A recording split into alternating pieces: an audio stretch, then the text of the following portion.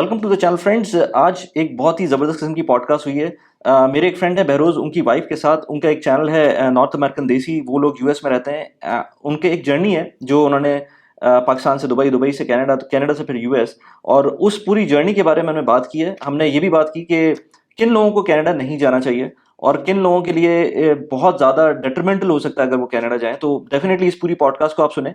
Almost कोई 1 घंटे plus की पॉडकास्ट होगी आई गेस ये।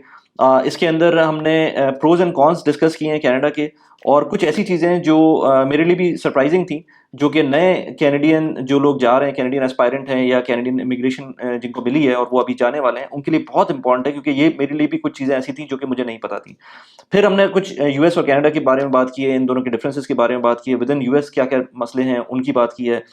जो कनाडा के अंदर जो आपको इश्यूज़ मिल सकते हैं, उनको किस तरह से टैकल कर सकते हैं, स्पेशली जो नए इमिग्रेंट्स हैं, उनके बारे में बात की है। दुबई को कोरिलेट किया है, क्योंकि वो ये जो फैमिली है, ये खुद ये लोग दुबई से मूव किया था इन्होंने, और बहुत अच्छी जॉब थी इनकी दुबई में, फिर पाकिस्तान के अंदर भी। And then moving was not that easy. इसके बारे में मैंने एक अलग से बहरोज़ से मल्टीपल पॉडकास्ट भी की हुई हैं, उसको भी आप जाके देख सकते हैं। मैं लिंक अगेन उसका डिस्क्रिप्शन में डाल दूँगा। नॉर्थ अमेरिकन देसी इनका चैनल है, उसका भी मैंने लिंक डिस्क्रिप्शन में डाला हुआ है, उनको जाके आप सब्सक्राइब करें। Without further do, let's begin. Batool, कैसी हैं आप? खैरियत से हैं? अस्सलाम वालेकुम वली। थैंक यू सो वालेकुम मच सलाम। First of all. आपने मुझे बुलाया इस पॉडकास्ट पे। I am fine, thank you. Batool, मैंने आपका क्योंकि आपका चैनल भी देखा था मैंने, और Behroze is a good friend of mine. तो बतूल बहरोज़ की वाइफ़ हैं, तो वी वर इन टच, और मैंने इनका कंटेंट देखा, मुझे बहुत अच्छा लगा। तो मैंने कहा उस पर्सपेक्टिव से जो लोग रह रहे हैं इस वक़्त, इनकी तो जर्नी ऐसी थी कि जिसमें इन्होंने कनाडा भी देखा, इन्होंने यूएस भी देखा, और इन्होंने पाकिस्तान और दुबई भी देखा, और बहुत अच्छे-अच्छे टाइम्स में देखा। तो मैंने कहा why not to invite them and discuss with them कि उनका किस तरह की जर्नी रही, और क्या वो अभी भी रिग्रेट करते हैं यूएई छोड़ना?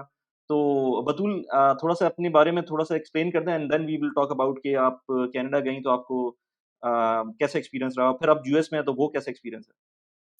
जी, तो लेट मी बिगिन। तो basically me and Behroze, my husband, we got married and right away हम लोग फ़ौरन से मूव कर गए थे दुबई। तो हमारा काफ़ी टाइम जो है, जो इनिशियल मैरिड लाइफ़ है, वो हमारी दुबई में गुज़री। हमारे माशाल्लाह से दोनों बच्चे भी वहीं पैदा हुए। तो round about 7 years we spent in Dubai. तो काफ़ी वहाँ से एसोसिएशन है, अभी भी काफ़ी याद आता है। उसके अच्छे खासे प्रोस एंड कॉन्स हैं। I mean no one can debate that. फिर हम मूव हुए कनाडा, और वहाँ हमने राउंड अबाउट 6 साल गुज़ारे, और फिर लास्ट ईयर हम यूएस मूव हो गए। तो ये जर्नी जो है, ये काफ़ी इंटरेस्टिंग रही, और काफ़ी अनएक्सपेक्टेड टर्न्स भी थे, और दैट इज़ एक्ज़ैक्टली वली what promoted me to actually start the channel as well. क्योंकि अक्सर होता क्या है कि जब मूव हुए, तो कनाडा में हमने खुद भी हम एक एक्सपेक्टेशन, एक उम्मीद लेके आए थे, और फिर जब हम अपने दोस्त अहबाब जो हमारे हैं, उनसे मिले, तो ये मैंने देखा कि लोग काफ़ी टाइम ऐसा होता है कि एक माइंडसेट, एक एक्सपेक्टेशन लेकर आते हैं कनाडा, और अक्सर ऐसा होता है कि वो एक्सपेक्टेशन यूजुअली मीट नहीं होती फॉर वेरियस रीजंस। और फिर लोग ये सवाल करते हैं कि काश अगर हमें ये पता होता तो हम ना आते, या काश अगर हमें पता होता तो हम कुछ डिफरेंट कर लेते। तो उस काश को हमने जो है ना, वो कैप्चर किया है अपने उस चैनल में, जिसे हम कहते हैं नॉर्थ अमेरिकन देसी। और राइट। उसका आइडिया भी इसीलिए हम लोगों ने, like we came up with this, कि उसमें हम वो सारी चीज़ें कैप्चर करें कि जो वहाँ के मसले मसाइल हैं, या जो भी सेटलमेंट में कुछ इश्यूज़ होते हैं, या डिफरेंट चीज़ों पे, जैसे हेल्थ केयर सिस्टम पे हमने बात की है, बच्चों को कैसे रेज़ करना है, क्या चैलेंजेज़ हैं, उन पे बात की है। तो उन सारी चीज़ों को फिर हमने कैप्चर किया है, और वो सिर्फ़ मकसद ये है कि लोग जो आना चाहते हैं, वो देख के अंडरस्टैंड कर सकें डिसीज़न मेकिंग, कि basically what they should do. Right. तो लेट्स स्टार्ट फ्रॉम, अगर आपसे बात करूँ मैं कि पाकिस्तान में आप बहरोज़ से यू गॉट मैरिड विद बहरोज़ शुरू में ही पाकिस्तान में ही, या दुबई आके जी। वो? नहीं, तो बेसिकली पाकिस्तान में हम साल रहे थे। We got married there and lived there for a year. तो वो बस इनिशियल फेज़ था, उसमें Behroze then got transferred to Dubai. I wasn't working in Dubai, मैं एक्सटेंडेड मैट लीव पे थी, तो दोनों बच्चे फिर बैक टू बैक जब पैदा हुए, तो और दुबई में थोड़ा-सा कल्चर भी आपने देखा है, it's a little bit, even मैंने एक्सपैट्स में देखा है कि ज़्यादातर ख़वातीन जो हैं, सिंगल इनकम्स हैं यूजुअली, और सिंगल इनकम सिंगल सबसे इनकम इनफ होती है ना यहाँ पर, ये मसला एग्ज़ैक्टली है। मसला कह लें या जो भी एब्सोल्युटली कह लें। जी, तो मुझे हाँ, ऑनेस्टली स्पीकिंग तो कोई रिग्रेट नहीं है उस टाइम पीरियड में कि जब मैंने काम नहीं किया, मैंने ब्रेक ले ली थी। I really enjoyed raising kids there, और बच्चे छोटे ही थे जब हम लेके आए। बेटा मेरा 2 साल का था when we moved to Canada, और बेटी मेरी 5 साल की थी। तो आप पाकिस्तान में जॉब करी थी? जी, पाकिस्तान में आई वाज़ वर्किंग। तो I graduated with an MBA from IBA, और उसके बाद फिर I was working for a bank. उसके बाद फिर I was working for a shipping company Maersk, और फिर then obviously I went on mat leave. तो वो राइट। फिर ब्रेक जब आया तो वो ब्रेक आ गया था फिर करियर में। अच्छा, तो आप लोग दुबई में कितना टाइम रहे थे? हम रहे हैं round about 6 and a half 7 years almost. अच्छा, अच्छा, अच्छा, जी, काफ़ी टाइम रहे। जी। राइट, तो आपको ऑलमोस्ट आदत होने वाली थी। जी, तो उसके बाद आप बिल्कुल। हाँ, एब्सोल्युटली। और दुबई का एक चार्म जो है वो हमेशा रहेगा for people from south Asia. एक तो because of you know how the proximity जो है ना हुँ, उसकी बैक होम, हुँ, जितने भी इवन इंडिया से जो लोग हैं या पाकिस्तान से तो स्पेसिफिकली नहीं, मतलब क्लोज है Dubai, hmm, that you automatically want to live there for a longer hmm, period of time. दूसरा ये राइट, कि Muslim country, access to halal food, सब कुछ। और खाना तो फ्रैंकली स्पीकिंग जो दुबई का पाकिस्तानी देसी खाना भी जो है, वो मेरा और बेरोज़ का ओपिनियन है कि कहीं और नहीं है वो, इवन इवन पाकिस्तान में नहीं है। पाकिस्तान। हाँ, एब्सोल्यूट। तो हाँ, ये है सिचुएशन। बट खैर, coming back to the topic, तो हमारी मोटिवेशन जो थी वो ऐसी थी कि हमने आस-पास लोगों को देखा कि लोग अप्लाई कर रहे हैं फॉर इमिग्रेशन जब हम दुबई में थे। तो मैंने और बेरोज़ ने सोचा कि why not do it, because a lot of times ये होता है कि वो दुबई और middle east for that matter एक ट्रांज़िशन है for a lot of people. Just because अब तो ख़ैर उन्होंने एक्सटेंडेड वीज़ाज़ प्रोवाइड करना शुरू कर दिया है, लेकिन एट द टाइम जब हम थे, उस वक़्त यही था कि आपके पास जो आपका वर्क वीज़ा था, अगर वो आपके पास for example if you lose your job, या अगर आप नहीं एम्प्लॉयमेंट आपकी ख़त्म हो जाती है, तो वो वीज़ा वीज़ा भी आपका ख़त्म हो जाता है, and then you have to basically go back to Pakistan. तो ये एक हमारे लिए वो था कि परमानेंसी नहीं थी, तो वो हमारी एक बहुत बड़ी मोटिवेशन थी टू अप्लाई। राइट, इसमें फिर मैं एक और बात कहती चलूँ यहाँ पे, कि मुझसे अब जब लोग पूछते हैं कि दुबई से या मिडल ईस्ट से या पाकिस्तान से मूव होना चाहिए कनाडा या नहीं? तो अब with all the experience that I have, मैं अक्सर लोगों से ज़्यादातर को यही एडवाइस करती हूँ कि सबसे पहले तो आपको डिसाइड करना है कि आपका लाइफ में क्या गोल है, या आपका बिग व्हाय क्या है। क्योंकि अ लॉट ऑफ टाइम्स जो ये इमिग्रेशन का जो सिलसिला है ना, उसमें हम अक्सर बेशतर सोशल मीडिया से इन्फ्लुएंस होके या अपने आस-पास लोगों को देखते हैं वो अप्लाई कर रहे हैं, तो चलो कर देते हैं। सिबलिंग चला गया कोई, या दोस्त चला गया, तो आपको एक मोटिवेशन होती है कि यार चलो कर दें, और हमने फ्रैंकली इसी तरह किया। लेकिन आई फील कि it is very important for people to understand कि उनका लाइफ में गोल क्या है। आपकी गोल इज़ करियर प्रोग्रेशन, या आपका गोल है वेल्थ एक्यूमुलेशन कि आपने पैसा कमाना है, या आपकी प्रायोरिटी है कि आप बच्चों के साथ फैमिली लाइफ, बेसिक नेसेसिटीज बस आपकी कवर हो रही हो, और आप एक लेड बैक लाइफस्टाइल, मतलब हर एक के अपने गोल्स और एस्पिरेशंस होते हैं।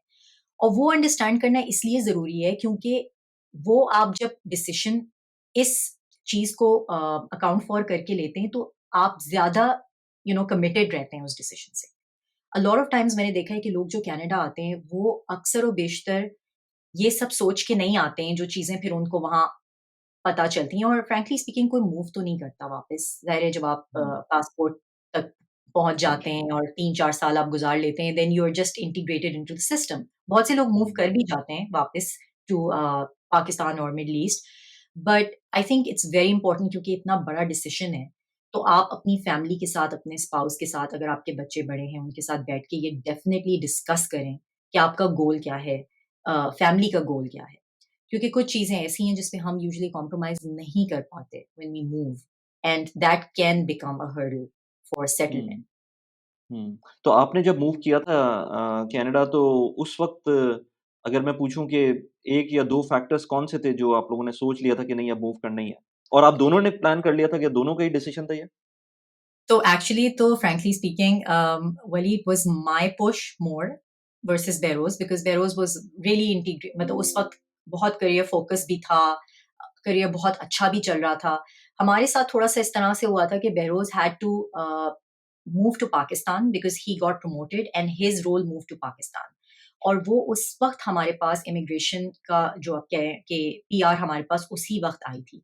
तो वो एक ऐसा टर्निंग पॉइंट था लकीली हमारे लिए कि मतलब ये हम डिसीजन ले सकते थे कि हमें दुबई तो छोड़ना है।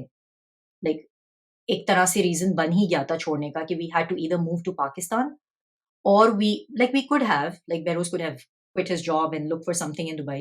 लेकिन क्योंकि वो ऐसा माहौल बन गया था या ऐसे circumstances बन गए थे कि it was easier to pick this choice. तो I was more inclined और जिसे हम कहते हैं split arrangement यानी कि जो long distance हमने किया for a while जिसमें Behrouz moved to पाकिस्तान और मैं जो हूँ वो बच्चों के साथ कनाडा मूव हो गई थी। तो we did this for a couple of months and we figured कि it's a bad idea और उसके हम्म। बाद फिर Behrouz eventually moved with us. तो तो to give the context to viewers, शायद उन्होंने पहले पॉडकास्ट ना देखी हो मेरी बहरोज के साथ, तो हमने बात की थी इस बारे में कि जी, Behroze got a job in Procter and Gamble Pakistan as a CFO, जब जी, वो दुबई से मूव कर रहे थे वापस। पीएनजी में ही थे इससे पहले जी, भी जी, यूएई में, और उससे उससे पहले भी पीएनजी में थे पाकिस्तान में, and then he move to Dubai, and then he move back to Pakistan as CFO. तो ऑफ कोर्स हुँ, वो करियर प्रोग्रेशन के पॉइंट ऑफ व्यू से पीएनजी टाइप ऑफ कंपनी के अंदर एक बहुत बड़ा मूव था। एंड देन अगला जो स्टेप था वो कैनेडियन इमिग्रेशन का था, और उसके अंदर कोई ऑप्शन नहीं था कनाडा मूव करने का एज़ सच कि जॉब के साथ आप मूव कर रहे हो। बहुत सारे लोग होते हैं, बिल्कुल। बाय द वे मैं जिन लोगों को देखता हूँ ना, जो जिन लोगों ने मूव किया कनाडा विदाउट जॉब और हुँ, स्ट्रगल हुँ, की और उसके बाद कुछ लिया, तो वो एक अलग लेवल के ऊपर होते हैं। और कुछ लोग होते हैं जिनको बैठे-बैठे यहाँ से जॉब मिलती है और जी, वो वहाँ जाते हैं, उनका लेवल डिफरेंट होता है। उनको लगता ही एग्ज़ैक्टली, उनको पता ही नहीं चलता कि उन्होंने किस चीज़ को मिस किया है बीच में, किस स्ट्रगल को मिस किया है। तो आप लोगों ने वो एब्सोल्यूट स्ट्रगल की होगी जब आप लोग मूव किए जी। होंगे और आपके पास कोई जॉब नहीं होगी। बिल्कुल, तो हुआ यही था कि एक्चुअली अब मेरे पास तो करियर ब्रेक भी आ चुका था because I was on an extended mat leave तो समझें आप मेरे करियर में ऑलमोस्ट 5 इयर्स का गैप था from the time right. When I stopped working in Pakistan and till the time when I started जब हमने ये प्रोसेस स्टार्ट किया और मूव हुआ। तो हुँ, अब उसमें ये था कि मैं जब ऑब्वियसली डिसीज़न हमने यही लिया कि हम लॉन्ग डिस्टेंस करेंगे फॉर अ व्हाइल जब तक पासपोर्ट नहीं मिल जाता एंड देन वो उस वक़्त हमें लगता था कि फ़ीज़िबल है लेकिन वो obviously it's not something we recommend as well. Um, लोग करते हैं और बहुत से लोगों के लिए ये कामयाब भी रहा है। लेकिन हम हमारे लिए हमारी फैमिली सेटअप के लिए इट वाज़ नॉट वर्केबल तो फिर Behroze decided to quit and come. लेकिन उस टाइम पीरियड में ही एक्चुअली सेड कि it's a big decision usually जब आप अपनी नौकरी हुँ, एक इतनी अच्छी नौकरी छोड़ रहे होते हैं। तो he said to me point blank कि मैं तो नहीं आऊँगा unless you look for a job. और डिसाइड हुँ, हमने यही किया था कि he was making good money तो he could have supported me without me having to work in Canada अगर तो वो कंटिन्यू रखते पाकिस्तान में। हुँ, लेकिन ये हम कर नहीं पाए। तो फिर I had to really struggle and look for a job simultaneously looking after the kids दोनों बच्चों के साथ अकेले हो जाता है, बिल्कुल हो जाता है, मुश्किल बिल्कुल नहीं है क्योंकि कनाडा में लाइक आई सेड बहुत से एवेन्यूज़ हैं, दे सपोर्ट द इमिग्रेंट्स और जो कि चीज़ मैंने really by the way not that I didn't look for work so I did try looking for work in Middle East, but the only problem I felt at the time was कि जैसे Canada में आपके पास क्योंकि वो immigrant friendly country है, तो वो काफ़ी सारे एवेन्यूज़ प्रोवाइड करते हैं, जैसे एम्प्लॉयमेंट एजेंसीज़ हैं, एम्प्लॉयमेंट सर्विसेज़ हैं, जो फ्री ऑफ कॉस्ट है। क्योंकि गवर्नमेंट उनको फंडिंग देती है कि आप ज़ाहिर है एक नया इमिग्रेंट ले रहे हैं, तो वो चाहती है गवर्नमेंट कि इसको जॉब मिले। तो वो उसको एवेन्यूज़ प्रोवाइड करते हैं for people to go access these services free of cost totally. तो वो फिर आपको ब्रिजिंग प्रोग्राम्स देते हैं, आपको अपग्रेड करते हैं आपका रिज़्यूमे, आपके स्किल सेट को, कुछ आप अपनी स्किल सेट भी अपग्रेड कर सकते हैं। इंटरव्यू स्किल्स पे आपको आपके साथ काम करते हैं, जॉब प्रॉस्पेक्ट्स आपको भेजते हैं अच्छा, ये वो। सब कुछ वो फ्री ऑफ कॉस्ट करते हैं, और बिल्कुल मैं फ्री ऑफ देखता हूँ लोगों को नहीं पता होता ये। नहीं पता होता ये और ये चीज़ें जो हैं, ये इतनी ईज़िली एक्सेसिबल है, वो आपको एक वेलकम पैक देते हैं। Lot of times people just toss that in the bin क्योंकि हुँ, हुँ, उनको वो काफ़ी उसमें वो लिटरेचर होता है। तो उसमें सेटलमेंट से रिलेटेड काफ़ी कुछ वो आपको वेलकम पैक में प्रोवाइड करते हैं। और है तो थोड़ा-सा बैकवर्ड आप कह सकते हैं कि पेपर आजकल उसकी क्या वैल्यू है, everything is on the phone. लेकिन ये हुँ, कि उसमें काफ़ी डॉक्यूमेंट्स होते हैं, काफ़ी चीज़ें रिसोर्सेज़ होते हैं, जो वेलकम पैक आपको एट लैंडिंग मिलता है। तो मुझे तो बाय वर्च्यू ऑफ नेटवर्किंग ये पता चला था अबाउट कम्युनिटी एम्प्लॉयमेंट सर्विस जिसको फिर मैंने अप्रोच किया और उसके थ्रू फिर मैंने उनके साथ काम किया। मुझे कंसल्टेंट उन्होंने दे दिया था जिसने कि मेरे साथ पूरा मेरे रिज़्यूमे पे काम किया and then they shared constantly वो आपके साथ जो है वो आपको एक मेंटर भी असाइन कर देते हैं। अगेन वो डिपेंड करता है। अगर जैसे फॉर एग्ज़ाम्पल दे फील कि आपकी language skills are a little poor, जैसे कुछ लोगों को इंग्लिश स्पीकिंग स्किल्स की ज़रूरत होती है, तो वो फिर आपको वो भी प्रोवाइड करते हैं। Again all these workshops, all these sessions are totally free of cost. बात ये है कि आप कितना कमिटेड हैं, क्योंकि टाइम तो लगाना पड़ता है। वो आपको सारे ऑप्शंस होते हैं, you need to book and then you go from there.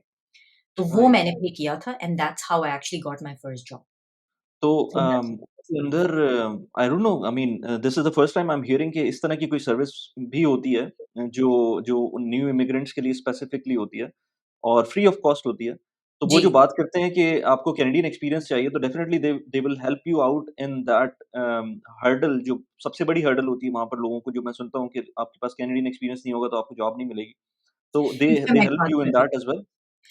बिल्कुल। कैनेडियन एक्सपीरियंस पे मैंने इस पे एक वीडियो भी बनाई है। प्लीज़ आप जो भी देख रहे हैं वो डू चेक इट आउट कि हुँ, कैनेडियन हुँ। एक्सपीरियंस स्पेशली जो लोग नए आए हैं कनाडा में और जब वो जॉब के लिए अप्लाई करते हैं या उनको इंटरव्यू के लिए जब फॉर एग्ज़ाम्पल रिजेक्शन कॉल आ जाती है या उनकी एप्लीकेशन रिजेक्ट होती है, तो उसमें यही लिखा होता है कि you don't have Canadian experience. तो हुँ, हुँ, हुँ। ये मेरे दिमाग में भी सवाल था और बहुत से लोगों के दिमाग में सवाल होता है कि जब आप नए आए हैं तो कैनेडियन एक्सपीरियंस आपके पास होगा कहाँ से? Even for that initial job. तो वो जो कैनेडियन एक्सपीरियंस है ना, उसको अगर आप डाइसेक्ट करें तो उसका मतलब ये होता है कि you have to integrate into the Canadian workforce by any means. तो अब हुँ, आप वॉलंटियर कर सकते हैं, आप इंटर्नशिप्स कर सकते हैं, फ्री ऑफ कॉस्ट आप कहीं भी काम कर लें, वो आपका कैनेडियन एक्सपीरियंस ही काउंट होता है।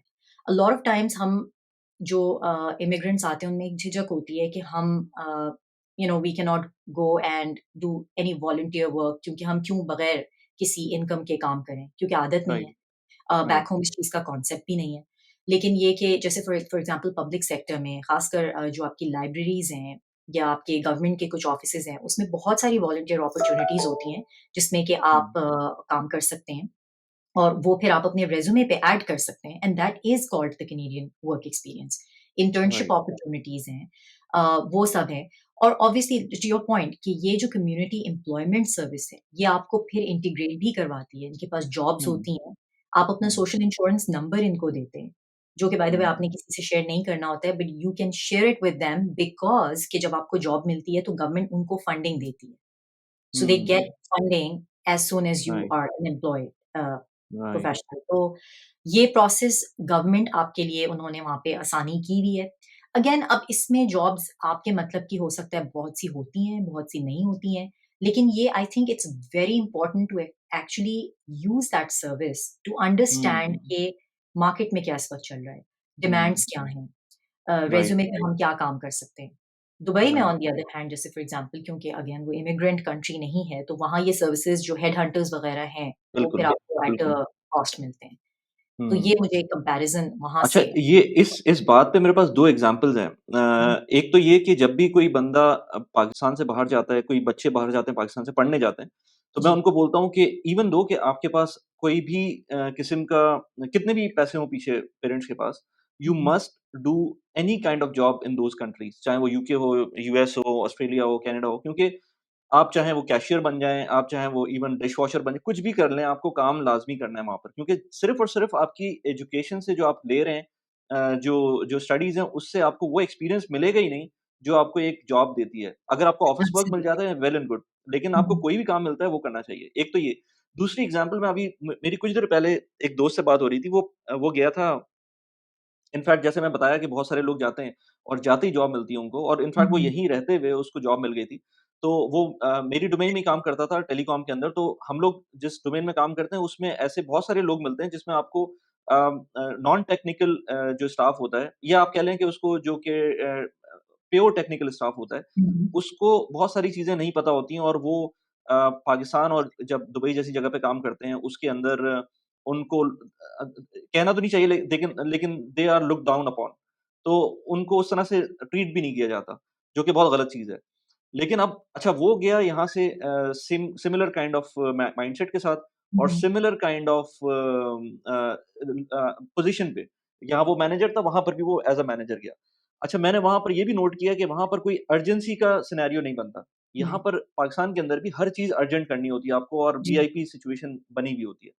अच्छा, वो वहाँ पर उसी माइंडसेट पे गया और उसने अपने परफ़ॉर्मेंस भी दिखानी थी। तो उसने अपने मैनेजर के सामने जो है वो जो उस तरह की वर्कफ़ोर्स थी, उससे हुँ, बात कुछ इस तरह से की कि उसके मैनेजर को बुरा लगा कि तुमने ये कैसे बात की है। अच्छा, वहाँ पर वो लोग भी जो थे वो नेटिव कैनेडियंस थे, तो जी, उनको भी बुरा लगा, बाद में उन्होंने भी कंप्लेन की। तो ये रीज़न होता है कैनेडियन वर्क एक्सपीरियंस गेन आपको करने का। एक्वायर हुँ, करने का। कि जी, आपको बिल्कुल, नॉर्म्स नहीं पता होते। आपको ये चीज़ नहीं है कि वहाँ पर कोई टेक्निकल चीज़ ऐसी होगी जो आपको नहीं पता होगी। टेक्निकल हो सकता है आपको बहुत अच्छी चीज़ें पता हो, वहाँ के लोगों से बहुत ज़्यादा अच्छा पता हो। लेकिन अगर आपको नॉर्म्स नहीं पता होंगे, आपको ये नहीं पता होगा कि वो वर्क कल्चर क्या है, वर्क कल्चर क्या है, आपको वैसे ही उस कंट्री का कल्चर क्या है, तो वो अगर नहीं पता होगा तो आप वर्क के अंदर मिसहैप्स होंगे आपके साथ। और वो इतने एब्सोल्युटली, बड़े-बड़े मिसहैप्स होंगे कि आपको प्रोबब्ली वो टर्मिनेशन की तरफ भी लेके जा सकते हैं क्योंकि वहाँ पर हुँ, एथिक्स डिफरेंट किस्म की होती हैं। तो ये बिल्कुल। मुझे मेरे दिमाग में बैठ गया था कि ये वर्क कल्चर जो है ना, आपको बेसिकली जो कैनेडियन एक्सपीरियंस है, वो वर्क कल्चर की तरफ लेके जाता है।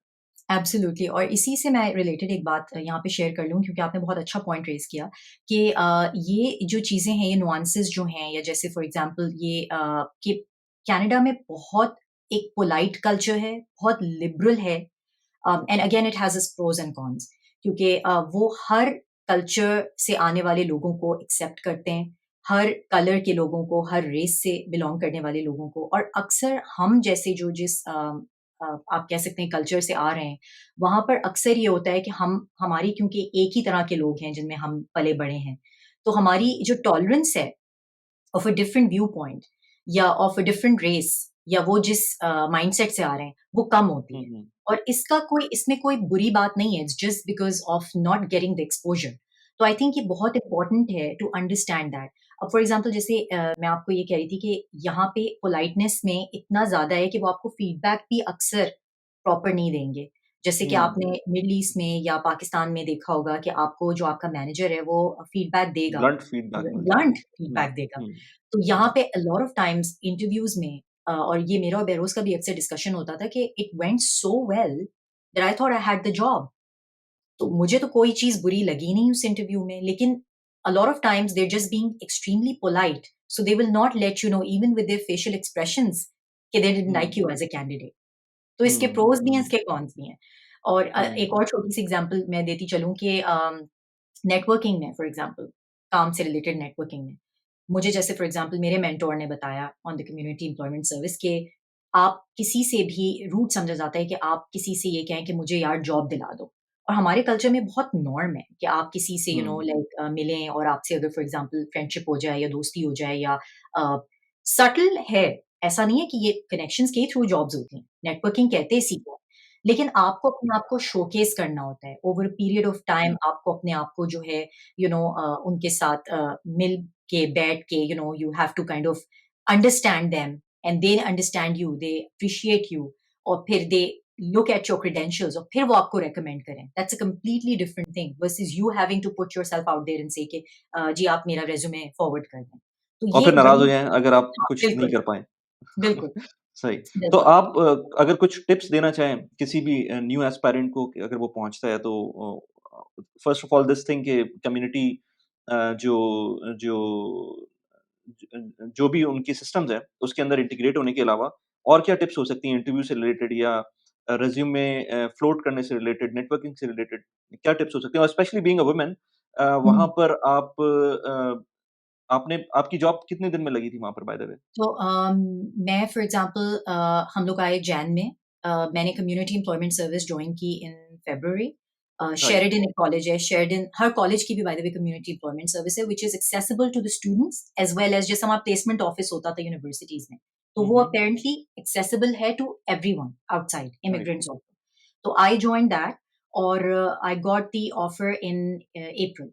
सो बेसिकली राइट। मतलब आई स्टार्टेड इन अप्रैल तो मुझे ऑफर आ हुँ। गई थी मार्च में। तो विदिन अ मंथ और 2 or maybe if I would have waited, I would have gotten like a better opportunity. Like, and I jumped at the first one that I got, which wasn't the best, but I wanted to integrate myself in the system as soon as possible. So, लेकिन वो जो community service में आप Mhm. थीं, उस time पर you were not paid, during that time? नहीं, तो कम्युनिटी एम्प्लॉयमेंट सर्विस ऐसे होती है, थोड़ा-सा मैं आपको एक्सप्लेन कर दूँ। जैसे for example I go to a community employment service, मैं उनके पास जाती हूँ, मैं अपना बैकग्राउंड देती हूँ, एक इंट्रो होता है।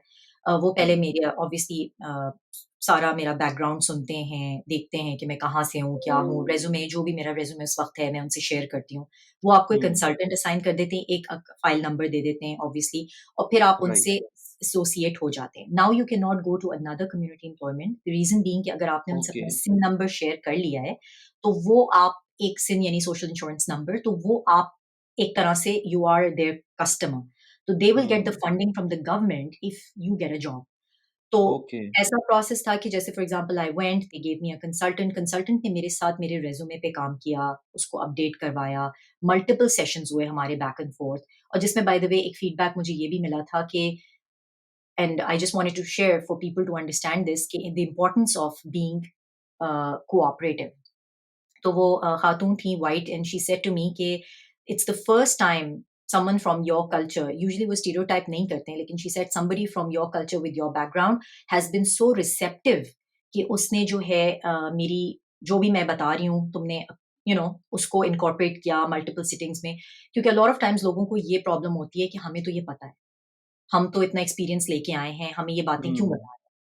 तो हुँ, आप हुँ, जब एक शेल में बंद कर लेते हैं अपने आप को, तो फिर आप ओपन नहीं होते टू फीडबैक, टू लर्निंग।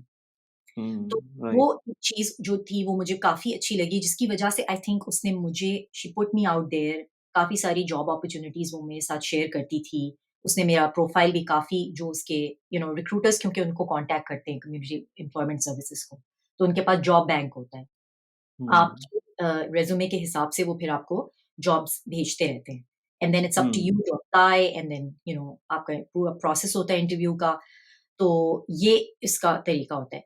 अक्सर तो ये होता है आपकी जो कि टेक्निकल स्किल्स होती हैं, आपकी जो हुँ, वैसे इंटरपर्सनल स्किल्स होती हैं, उसकी बेसिस पे जॉब्स आपको ऑफ़र करते हैं या वो कोई किसी भी किस्म की जॉब जो मिलेगी, वो आपको मिल जाएगी?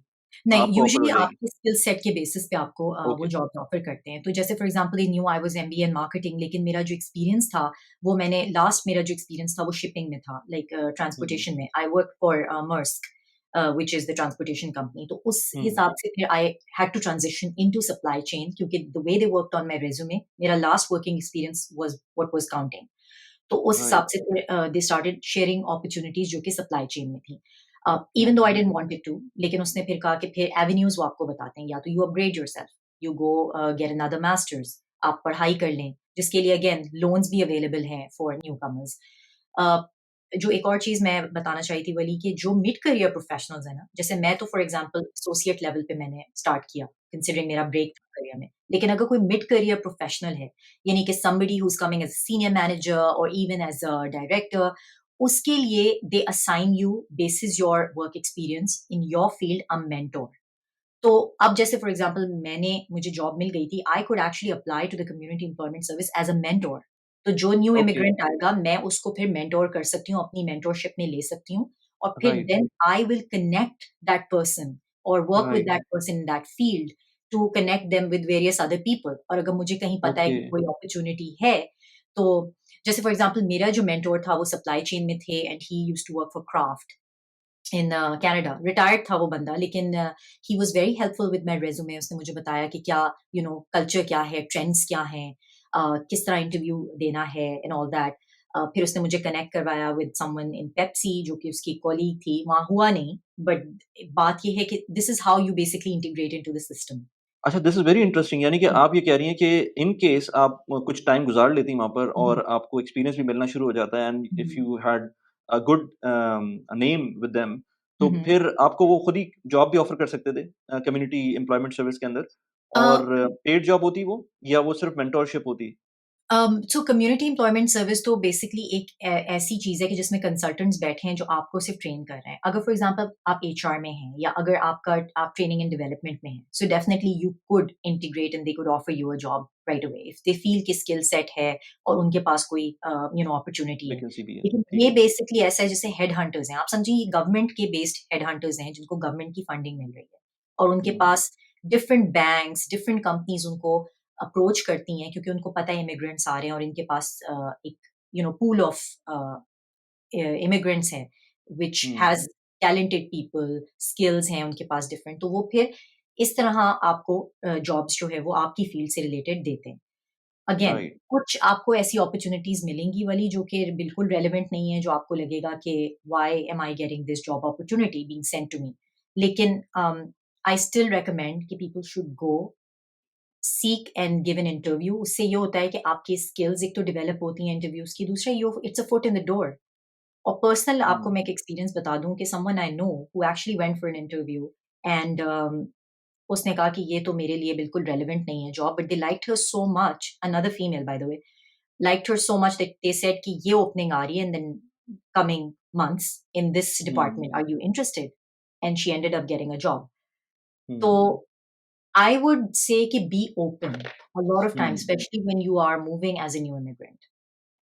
राइट। अच्छा, अगर इसको टिपिकली मैं देखूँ तो इस सर्विस के अंदर एक तो मुझे समझ Mhm. में आ रहा है कि पाकिस्तानी तो नहीं होंगे, तो कौन-सी ज़्यादा आपको नेशनैलिटीज़ नज़र आती थी वहाँ पर? अब ज़्यादातर तो Canadians हैं, white ही हैं नहीं, mostly. आई मीन टू से जो लोग सीक कर रहे हैं, जो लोग जो आ रहे हैं वो तो जो एस्पायरेंट ऑब्वियसली है। जी, तो वो तो सारे ज़्यादातर जो हैं वो आपके डिफरेंट नेशनैलिटीज़ हैं। अ लॉट ऑफ टाइम्स मैंने देखा कि हर तरह का इमिग्रेंट आ रहा है। तो मेरे साथ जो एक खातून बैठी थी वो तो लैटिन अमेरिका से थी and she actually right. Asked me कि तुम इतनी अच्छी फ्लुएंट इंग्लिश कैसे बोल लेती हो? अपनी टूटी-फूटी उसने अंग्रेज़ी में बोला। तो मैंने कहा आई कम फ्रॉम अ कल्चर जहाँ पे कॉलोनियलिज़्म था और ब्रिटिशर्स थे, हुँ, तो हम ज़्यादातर लोग जो हैं वो इंग्लिश में कन्वर्सेशन कर सकते हैं। बट आप सोचें कि फिर ऐसे भी लोग आ रहे हैं जिनको कि बिल्कुल इंग्लिश नहीं आती है कन्वर्सेशन, तो फिर उनको वो ये प्रोग्राम्स देते हैं, ट्रेन हुँ, करते हैं। तो हुँ, हर तरह का मेक्सिकन्स हैं, अ lot of people from east Europe आते हैं। मैंने काफ़ी देखे, देसी बहुत थे। हुँ, लेकिन लाइक आई सेड कि जो उसने स्टीरियोटाइप किया हमारे तो कल्चर वो को, उसने खुद ही उसने कर ये दिया अगर कहा प्रोफाइल। कि हाँ, रेशियल प्रोफाइल उसने खुद एग्ज़ैक्टली कर दी, तो इसका मतलब है कि पाकिस्तानी बहुत कम होते हैं और हो सकता एब्सोल्युटली है इंडियंस भी कम होते हों। लेकिन क्योंकि कम होते हैं। मैंने स्टोरी ये इससे पहले नहीं सुनी थी कि कुछ इस तरह का भी होता है। डेफ़िनिटली मुझे नहीं पता चला है, लेकिन होता होगा, लेकिन मैंने नहीं, नहीं बट सुना वही था आप इससे सही पहले। कह रहे हैं क्योंकि मैंने जब लोगों से ये बताया है तो लोग काफ़ी वो हो जाते हैं कि बट वो तो बड़ी एंट्री लेवल और मीडियोकर सी जॉब्स प्रोवाइड करते हैं। डिपेंड करता है हुँ, आपका प्रोफाइल क्या है। लाइक आई सेड अगर आप मिड करियर प्रोफेशनल हैं, तो they will assign you a mentor जो आपके साथ हुँ, इंडस्ट्री से होगा, बिलॉन्ग करता होगा and it's an excellent networking opportunity and not necessarily कि आपको इन्हीं के थ्रू जॉब मिलेगी, लेकिन इससे आपको डेफिनिटली वो जैसे आप बात कर रहे थे कि बेनिफिट मिल सकता है on learning the cultural nuances, learning the pros and cons कि आपने कैसे इंटीग्रेट करना है इनटू द कैनेडियन वर्कफोर्स। अच्छा। एक और चीज़ जो मेरे दिमाग में आ रही थी और मैं काफ़ी वीडियोज़ देखता हूँ कनाडा से हुँ, रिलेटेड, तो मुझे नज़र आती है वो चीज़ कि जो फ्रेंच स्पीकिंग कनाडा है, वो जी, कंप्लीटली डिफरेंट है और अगर जी। आपको उसके बारे में थोड़ा-सा पता है क्योंकि लोग जो फ्रेंच स्पीकिंग अभी बल्कि इंटरेस्टिंगली बहुत इंटरेस्टिंग बात हो रही थी ऑफ़िस के अंदर, आज ही हो रही थी हुँ, कि हुँ, हम ये बात कर रहे थे कि let's say future education of the kids, तो उसमें कुछ लोग कह रहे थे कि यार जर्मनी बहुत अच्छा है, जर्मनी के अंदर फ्री एजुकेशन है। तो एक साहब ने बोला कि यार लेकिन मसला ये है कि वहाँ पर जर्मन लैंग्वेज का प्रॉब्लम है। मैंने कहा नहीं यार on the education level, studies level आपको इंग्लिश में स्टडीज़ होती है, उसके बाद जर्मन लैंग्वेज का प्रॉब्लम आ सकता है क्योंकि ज़ाहिर-सी बात है आप एक कंट्री के अंदर तो उसकी लैंग्वेज तो सीखनी पड़ेगी, अगर आपको वहाँ जॉब करनी है। तो कहते हैं हाँ यार इसी वजह से मैं नहीं सोचता वहाँ पर अपने बच्चों को भेजने का। On the flip side mark Zuckerberg का मैं कुछ दिनों पहले इंटरव्यू देख रहा था, उसने फ्लुएंटली वो चाइनीज़ बोल रहा था, मैंडरीन आई गेस। तो हुँ, वो उस जैसा बंदा जिसको कोई ज़रूरत नहीं है चाइनीज़ सीखने की और हो सकता है एब्सोल्यूटली। हो मतलब मुझे आई डोंट नो कि क्या रीज़न होगा लेकिन उसने सीखी हुई है। एक डिफरेंट लैंग्वेज कितना मुश्किल होता है उसको सीखना और हम जब जाते हैं वहाँ पर, तो एक हमारी जान जाती है कोई थर्ड लैंग्वेज सीखना, यानी कि इंग्लिश, उर्दू तो ठीक है, लेकिन उसके बाद कोई और लैंग्वेज सीखनी पड़ जाए तो जान जाती है। तो इसी तरह से जो फ्रेंच सिस्टम है कनाडा का, वो मैं देखता हूँ उसमें कंप्लीटली डिफरेंट सिनेरियो बनता है। उसमें इवन बच्चों को बाय फ़ोर्स कहा जाता है कि आपको अगर आप उस रीजन में हैं, तो आपको फ्रेंच पढ़नी है। तो वो कौन से रीजन है, कुछ आइडिया है आपको? जी, तो कनाडा बाइलिंगुअल है। फ्रेंच जो है वो सेकंड वाइडली स्पोकन लैंग्वेज है और बहुत सी जो जॉब्स हैं by the way, government related jobs by the way, anyone who is looking for applying in the public sector, in the government sector has to know French. तो अच्छा। वो उसमें लिखा होता है कि फ्रेंच प्रोफिशिएंसी जो लैंग्वेज की है, फ्लुएंसी, वो आपको आनी चाहिए। अब मैं इसमें थोड़ा-सा आपको और एक्सप्लेन कर दूँ। स्कूल सिस्टम कनाडा का जो है वो भी डुअल है। यानी कि जो आपका मेन स्ट्रीम स्कूल है, पब्लिक सिस्टम जो है, पब्लिक स्कूल सिस्टम, उसमें फ्रेंच जो है वो इंट्रोड्यूस करते हैं as second language when the kids reach like third grade और या फोर्थ ग्रेड में वो आहिस्ता आहिस्ता फ्रेंच आपको एज अ सब्जेक्ट पढ़ाते हैं। राइट। एक और स्ट्रीम रन करती है स्कूल की पब्लिक स्कूल में ही, जिसको हम कहते हैं फ्रेंच इमर्जन, जो कि school from the get go he French में होता है। हुँ, तो वो हुँ। शुरू थोड़ा-सा इंग्लिश से स्टार्ट करके फिर बच्चों को वो यानी फ्रेंच स्पीकिंग बच्चों को वो फ्रेंच में फुल फ्रेंच में उसमें आप समझे मैथमेटिक्स और साइंस और सारे सब्जेक्ट्स भी फ्रेंच में होते हैं। तो और वो ये आप उन्होंने बात कर रही हैं फ्रेंच एरियाज़ की या आप ये नहीं, बात जैसे कर रही मैं हैं आपको पहले ओंटारियो की बात बता रही हूँ। अच्छा ओंटारियो मैं की बता आपको रही हैं। ओके, ओंटारियो की बात ओके, बता रही हूँ और ओके। जो नॉन फ्रेंच स्पीकिंग है, जैसे अल्बर्टा हो गया, ब्रिटिश कोलंबिया हो गया या हुँ, ओंटारियो हो गया, ये नॉन फ्रेंच स्पीकिंग है। न्यू ब्रंसविक है या जो भी आपके जो ईस्ट के प्रोविंसेस हैं ना, जो मैरीटाइम्स हैं, जैसे Newfoundland, Nova Scotia, Quebec.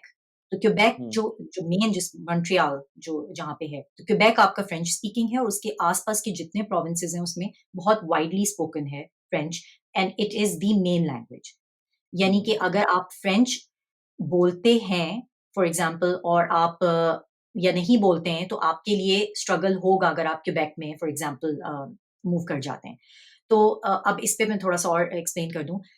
Quebec as a province अगर आप अप्लाई करते हैं इमिग्रेशन के लिए, तो you need to qualify as a language कि फ्रेंच आपको आती है। उसमें फ्रेंच टेस्ट होता है और फ्रेंच हुँ, की हुँ, प्रोफिशिएंसी जैसे आइल्स होता है, इसी तरह आपको फ्रेंच की प्रोफिशिएंसी दिखानी होती है।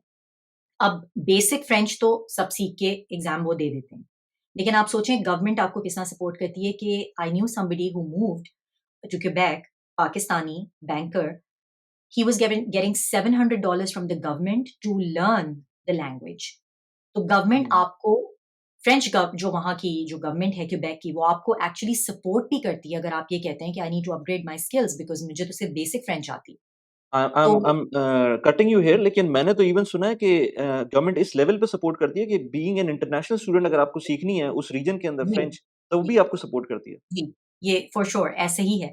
तो अगर फॉर एग्ज़ाम्पल आप वहाँ मूव कर जाते हैं तो य वहाँ अगर आप क्वेबेक ही में मूव किए हैं, तो then school system is totally in French because वो अपनी लैंग्वेज को लेके काफ़ी सीरियस है दैट प्रोविंस इटसेल्फ। और थोड़ा-सा हुँ, पॉलिटिकल भी है ये कि they wanted to be a separate आप कह सकते हैं एंटिटी और हुँ, उसकी वजह फ्रॉम से वो कनाडा। हुँ, एग्ज़ैक्टली तो वो फ्रेंच को ऐसे ट्रीट करते हैं कि मतलब that is their main language. तो इवन दो अगर हुँ, किसी को इंग्लिश आती भी है, तो वो प्रेफ़र करेगा कि वो आपसे फ्रेंच ही में बात करे और इंग्लिश में नहीं हुँ, बात करे। राइट, तो इस लेवल की उनकी इंटीग्रेशन है। लेकिन ठीक अगेन है। Like I said they are very open to people who are coming in as students and to give them free of cost courses और इंटीग्रेट करना कोई इतना मुश्किल नहीं है अगर आप एक लैंग्वेज और सीख लेते हैं। दूसरा ये कि गवर्नमेंट के जो कुछ ऑफिसेज़ हैं, उसमें फॉर एग्ज़ाम्पल ऑट्वा में, तो वो तो आपको you need to know French, you need to be bilingual जैसे मैंने पहले मेंशन किया। तो I think bilingualism is a very big thing in Canada. Um. Pakistan से आते हुए हम उस चीज़ को इतना मतलब एडमायर नहीं करते क्योंकि हम उर्दू, इंग्लिश दोनों लैंग्वेजेज़ सीख चुके होते हैं by the age let's say कोई भी बच्चे होते हैं उनको नॉर्मली जो हुँ, नॉर्मल स्कूलिंग में जाते हैं अपार्ट फ्रॉम गवर्नमेंट स्कूल्स तो वो लोग नॉर्मली इंग्लिश सीख लेते हैं। तो वो बड़ी चीज़ होती है, बाइलिंगुअल बच्चों को रेज़ करना। और कनाडा में एब्सोल्यूटली, भी इसी वजह से ये बहुत ज़्यादा इम्पैक्ट डालती है चीज़ें और तीसरी लैंग्वेज किसी को आती है तो वो और ज़्यादा कोई भी लैंग्वेज हो, अच्छा, इट्स नॉट ओनली बिल्कुल, फ्रेंच, इंग्लिश कोई भी लैंग्वेज हो अगर जी, आप 2 लैंग्वेज 3 लैंग्वेजेज़ के साथ आगे बढ़ रहे हैं तो वो बहुत ज़्यादा इम्पैक्ट क्रिएट करती है। अच्छा तो आप कह रही हैं कि आप अगर फ्रेंच कनाडा में होंगे तो आपको लाज़मी एक तो आनी चाहिए फ्रेंच और दूसरी बात ये है कि आपके बच्चों को भी फिर वो सीखनी पड़ेगी क्योंकि जैसे एब्सोल्यूटली, आपने बताया कि मैथ्स जैसे सब्जेक्ट के अंदर भी आप वो बेसिकली वो फ्रेंच के अंदर ही जी। हो रहा होगा। तो एक स्ट्रगल राइट। जो पेरेंट्स को इस पे भी मैंने वीडियो बनाई है बाय द वे, एक पेरेंट्स को जो यहाँ पे जो ओंटारियो भी मूव करते हैं, वो चाहते हैं जैसे फॉर एग्जांपल कि चलो जॉब प्रॉस्पेक्ट्स बच्चों के अच्छे हो जाएँ, तो हम इनको फुली फ्रेंच इमर्जन स्कूल्स में डाल दें। तो एक ये चैलेंज होता है। द रीज़न अगर आप मुझसे पूछें तो मैंने अपने बच्चों को इसलिए नहीं डाला था फ्रेंच इमर्जन में क्योंकि फ्रेंच वो उन्होंने इवेंचुअली सीख ही लेनी थी वहाँ पर as a um, second language. लेकिन I just felt that as a parent again मेरी थोड़ी-सी वो देसी मेंटालिटी भी है कि मुझे इन्वॉल्व होना होता है कि बच्चे होमवर्क में क्या कर रहे हैं और अगर मुझे वो लैंग्वेज नहीं आती तो मेरे लिए वो बहुत एक बिल्कुल, हर्डल बिल्कुल, था। बिल्कुल, लेकिन बिल्कुल। अगर आप ये जाके किसी टीचर्स से वहाँ पे फ्रेंच इमर्जन स्कूल में पूछें तो वो ये कहते हैं कि इट इज़ सो ईज़ी कि उसमें पेरेंट्स की इन्वॉल्वमेंट एज़ सच उनको ज़रूरत पड़ती नहीं है क्योंकि बच्चे इतना वो बच्चों को इंडिपेंडेंट बना देते हैं in the language itself that they can work through hmm, it. तो हुँ, तो ऐसा नहीं है कि बच्चों को इंग्लिश नहीं आती, इंग्लिश एज़ अ सब्जेक्ट तो वो पढ़ते ही हैं, बट ये कि हुँ। फ्रेंच फुल वो फिर फ्लुएंट हो जाते हैं। अच्छा ये तो लेट्स से पॉज़िटिव्स जो अभी तक हमने बात की हैं, लेकिन जो अब हुँ, सबसे बड़ा मसला आजकल जो लोगों को आ रहा है, वो जो वोकिज़्म का कल्चर है वहाँ पर जी, और इवन अभी मैं जिस गैदरिंग की बात कर रहा था जिसमें उन्होंने बताया था कि जर्मनी के अंदर वो जर्मनी में तो नहीं किया था, उन्होंने यूएस में किया था, लेकिन जब वो कर रहे थे, तो हर तरह की सेक्स उनके सामने आ रही थी, मेल, फीमेल, ट्रांसजेंडर, हर किस्म की कह रही थी, वो मेरे सामने नज़र आ रही थी मुझको सारी की सारी, मुझे जी, समझ नहीं आ रहा था कि मैं क्या उसके अंदर सेलेक्ट करूँ।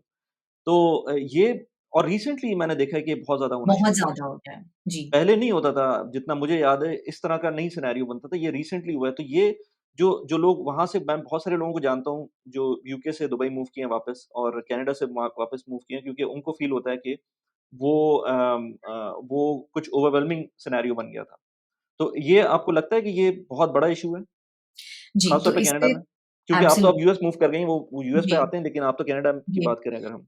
तो वली ये एक चीज़ मैं यहाँ पे क्लियर कर दूँ ये इसलिए भी है क्योंकि कनाडा एक बहुत लिबरल सोसाइटी है ओवरऑल। नॉर्थ अमेरिका में अगर आप देखें तो कंपेयर्ड टू यूएस, यूएस बहुत कंज़र्वेटिव है, अ lot of mid hmm, states जैसे हैं। हुँ, लिबरल भी है बट ज़्यादातर जो मिड स्टेट्स वाला एरिया है वो तो काफ़ी कंज़र्वेटिव है। Canada on the other hand इस वक़्त क्योंकि गवर्नमेंट भी जो ट्रूडो की है दे आर एक्सट्रीमली आप कह सकते हैं लिबरल इन देयर पॉलिसीज़ और um, liberal in the sense of their views. तो उसमें हुँ, ये हो रहा है कि स्कूल्स में भी ये बातें बहुत ओपनली की जा रही हैं, एलजीबीटीक्यू के बारे में जेंडर डाइवर्सिटी के बारे में और उससे ये हो रहा है कि और by the way don't get me wrong a lot of white people जो कि are not from the Muslim faith they are also raising their voice. हाँ, हाँ, सो बिल्कुल, वो भी ज्यूज़, इससे क्रिश्चियंस बहुत ये सारे जो फ़ेथ ज़्यादा वाले लोग हैं, वो जी। इस चीज़ को सही नहीं समझते। नहीं समझ रहे हैं और वो यही कह रहे हैं कि लिव एंड लेट लिव मतलब ठीक है आपकी जो भी आइडियोलॉजी है, आपको जो भी करना है लेकिन आप प्लीज़ स्कूल्स में बच्चे क्योंकि बहुत ज़्यादा इम्प्रेशनेबल होते हैं, तो आप उनके सामने या उनको ये क्यों टीच कर रहे हैं?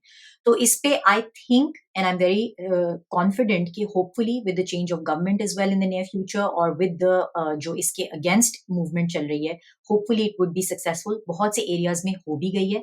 which is very surprising कि कुछ स्कूल्स जो कि आपके मुस्लिम नेबरहुड्स में हैं, जैसे for example public school systems by the way um, जहाँ हुँ, पे फॉर एग्जाम्पल मिल्टन है ओंटारियो में it's a full very Muslim dominated very brown community तो वहाँ पे स्कूल्स में उन्होंने they were restricted in their messages और स्कूल को एक्चुअली एक्शन लेना पड़ा मिसिसागा में या मिल्टन में कि they couldn't be that vocal लेकिन अगर आप किसी ऐसे एरिया में हैं जहाँ पे ज़्यादा व्हाइट पॉपुलेशन है या जहाँ पे ज़्यादा लिबरलिज़्म है, वहाँ पे ये हुँ, ओपनली स्कूल में डिस्कस होता है।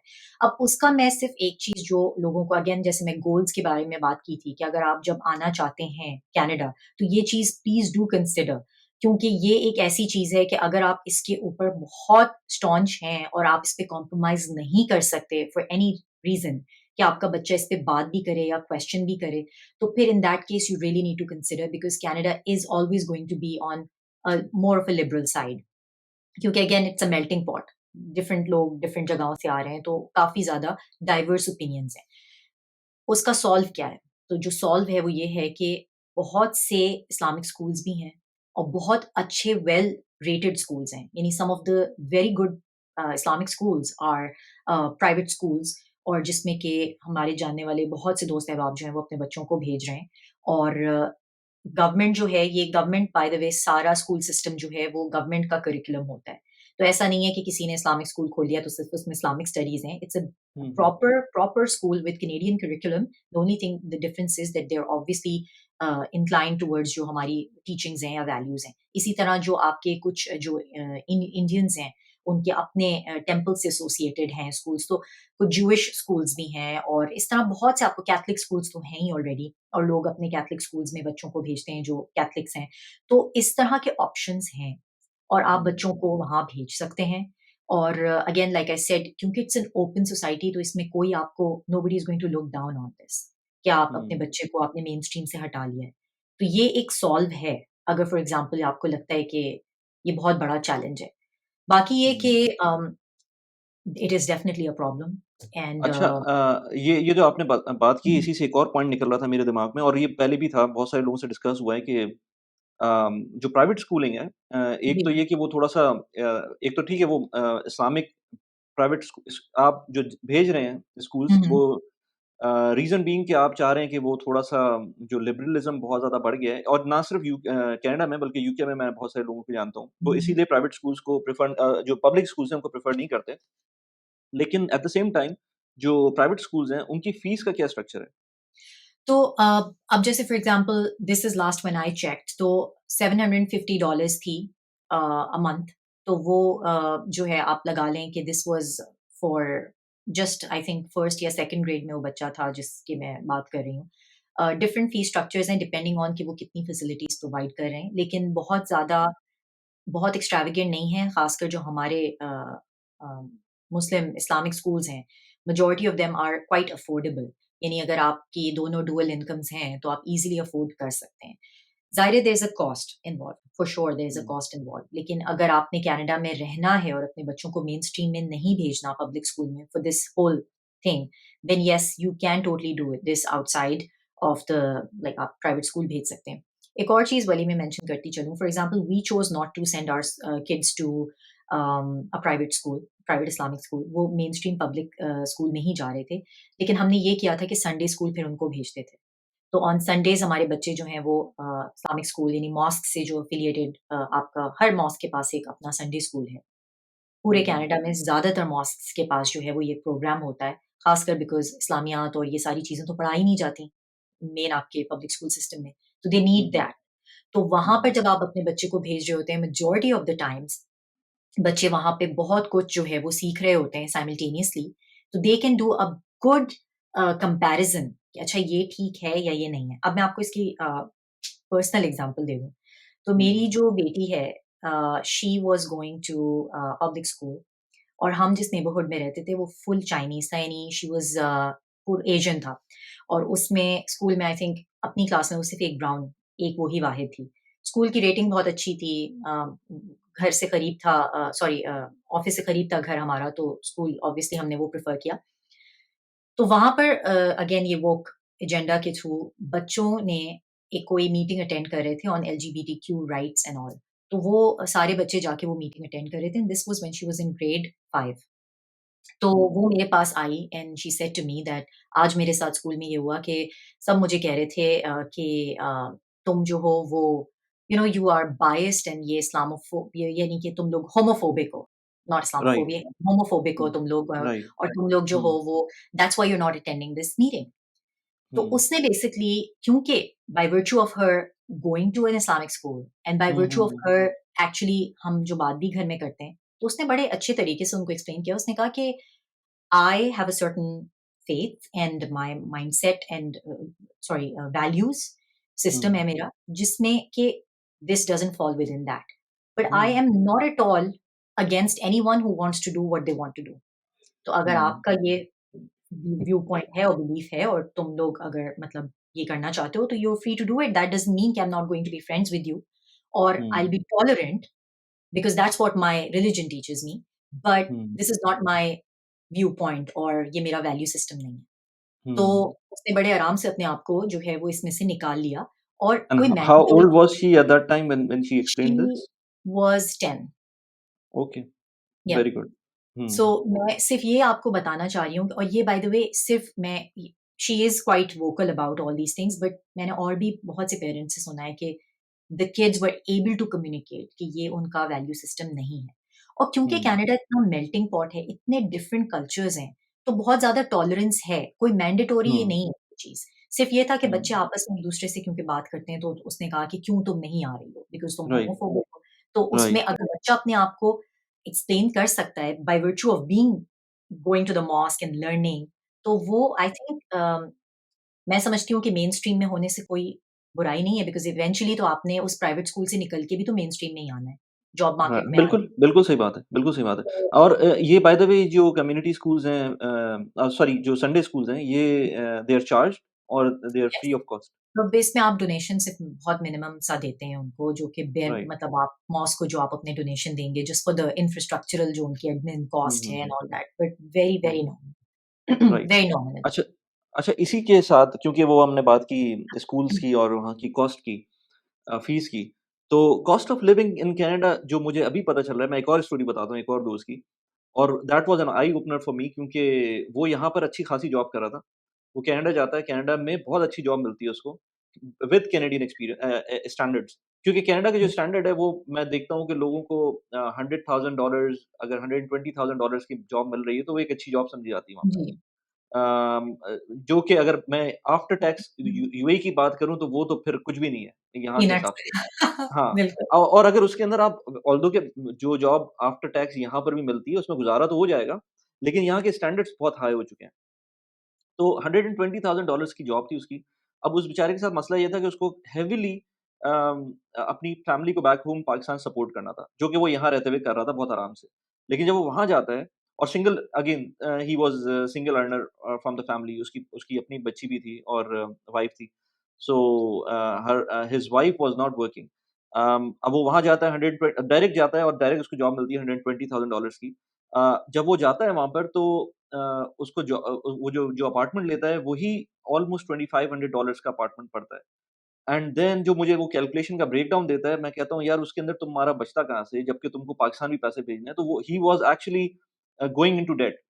और फिर उसने मुझे बाद में उसने बताया डाउन द लाइन जब वो वहाँ पहुँचा तकरीबन 6 महीने गुज़ारे, जब उसको लगा कि नहीं गुज़ारा हो सकता तो उसने वीकेंड्स पे उबर चलाई। And he was doing a white collar job. Proper job कर रहा था, अच्छी जॉब कर रहा था और उसके बाद नहीं पूरा हो रहा था पाकिस्तान पैसे क्योंकि जब आप वहाँ रहते हैं, सब कुछ वहाँ का सिस्टम बना हुआ है, तो फिर तो ठीक है, फिर सब कुछ चल जाएगा। लेकिन अगर आप बैक होम पाकिस्तान पैसे भेज रहे हैं, फिर मुश्किल हो जाता है और वो भी ज़्यादा पैसे भेज रहा था। तो he was trying to make ends meet by by Uber. लेकिन उबर में भी ज़ाहिर-सी बात है, ऐसा तो नहीं होता कि आप जब चाहें नहीं, स्टार्ट कर दें और फिर उसमें बिल्कुल आपको नहीं। टाइम देना पड़ता है। आप टाइम नहीं देंगे, वो 8 घंटे की जॉब आई मीन 8 घंटे की वो शिफ्ट लगाता था, तो उसके अंदर उसके पैसे उस तरह से नहीं बन रहे थे, खर्चा ज़्यादा हो रहा था। तो उसने वो छोड़ दिया। उसने मुझे बताया कि यार एट लीस्ट 12 आवर्स मैं चलाऊँगा ना, तो फिर वो मुझे कुछ पैसे देगी अच्छे वाले। और वो ज़ाहिर-सी बात है 1 या मैक्सिमम 2 दिन चला सकता है, बाकी दिन तो उसकी जॉब होगी। तो फिर बिल्कुल, मुझे पता चला कि यार जो कॉस्ट ऑफ लिविंग है, वो भी अगेन जो भी बंदा यहाँ से जा रहा है, उसको दिमाग में होना चाहिए कि जो कॉस्ट ऑफ एब्सोल्युटली। और सिंगल अर्नर के लिए, तो आप उसके बारे में क्या कहेंगी कॉस्ट ऑफ लिविंग के बारे में? और खास तौर पे तो अब जबकि इतना एक्सपेंसिव हो गया है। आप तो जी। शायद थोड़ा-सा पहले आ गई थी, अब तो बहुत एक्सपेंसिव हो गया है। बहुत ज़्यादा। कोविड के बाद तो वही इट हैज़ स्काईरॉकेटेड ग्रोसरी की प्राइसेज़ हाउसिंग मार्केट भी ऊपर-नीचे हमेशा कनाडा की रहती है और हाउसिंग वैसे ही कनाडा में एक्सट्रीमली एक्सपेंसिव है फॉर सम रीज़न और उसका रीज़न एक तो ये भी है कि I am sure you know this better than I do कि बहुत ज़्यादा फॉरेन इन्वेस्टमेंट है। हुँ, यानी कि जो लोग इमिग्रेंट्स हैं ना, वो आपके ख़ासकर जो आपके हांगकांग और चाइना जो एशिया से बहुत सी हुँ, इन्वेस्टमेंट है वहाँ, जो उन्होंने हुँ, लोगों ने घर खरीद के और वो बड़े आराम से वो लोग तो ले सकते हैं बिकॉज़ ऑफ द फैक्ट कि वहाँ प्रॉपर्टी प्राइसेज़ बहुत हाई हैं और भी ज़्यादा। हुँ, तो when hmm, they sell their little tiny apartment in Hong Kong, they are able to hmm, afford a $1,000,000 home in hmm, Canada. तो उसमें राइट, ये हुआ है कि बहुत से लोगों ने प्रॉपर्टी खरीद ली है, उससे वो जैकअप कर जाती है प्राइस बिकॉज़ डिमांड ऊपर चली जाती है, इतनी सप्लाई राइट, नहीं है और राइट, उस वजह से प्रॉपर्टी प्राइसेज़ बहुत हाई हैं। अब ख़ैर coming back to your question, तो cost of living is very high and this is exactly what I tell people जो कि मिडल ईस्ट से ख़ासकर आ रहे हैं, कि ये दिमाग में रखें कि जो आपको वहाँ पे बेनिफिट है, वो अगर wealth accumulation is your goal, you would not be able to do it. हुँ, लेकिन फिर उसके अब मैं थोड़े से आपको प्रोस भी बता दूँ। तो अगर फॉर एग्ज़ाम्पल आप ये देखें कि हेल्थ केयर वो आपकी फ्री है, एजुकेशन आपकी बच्चों की फ्री है।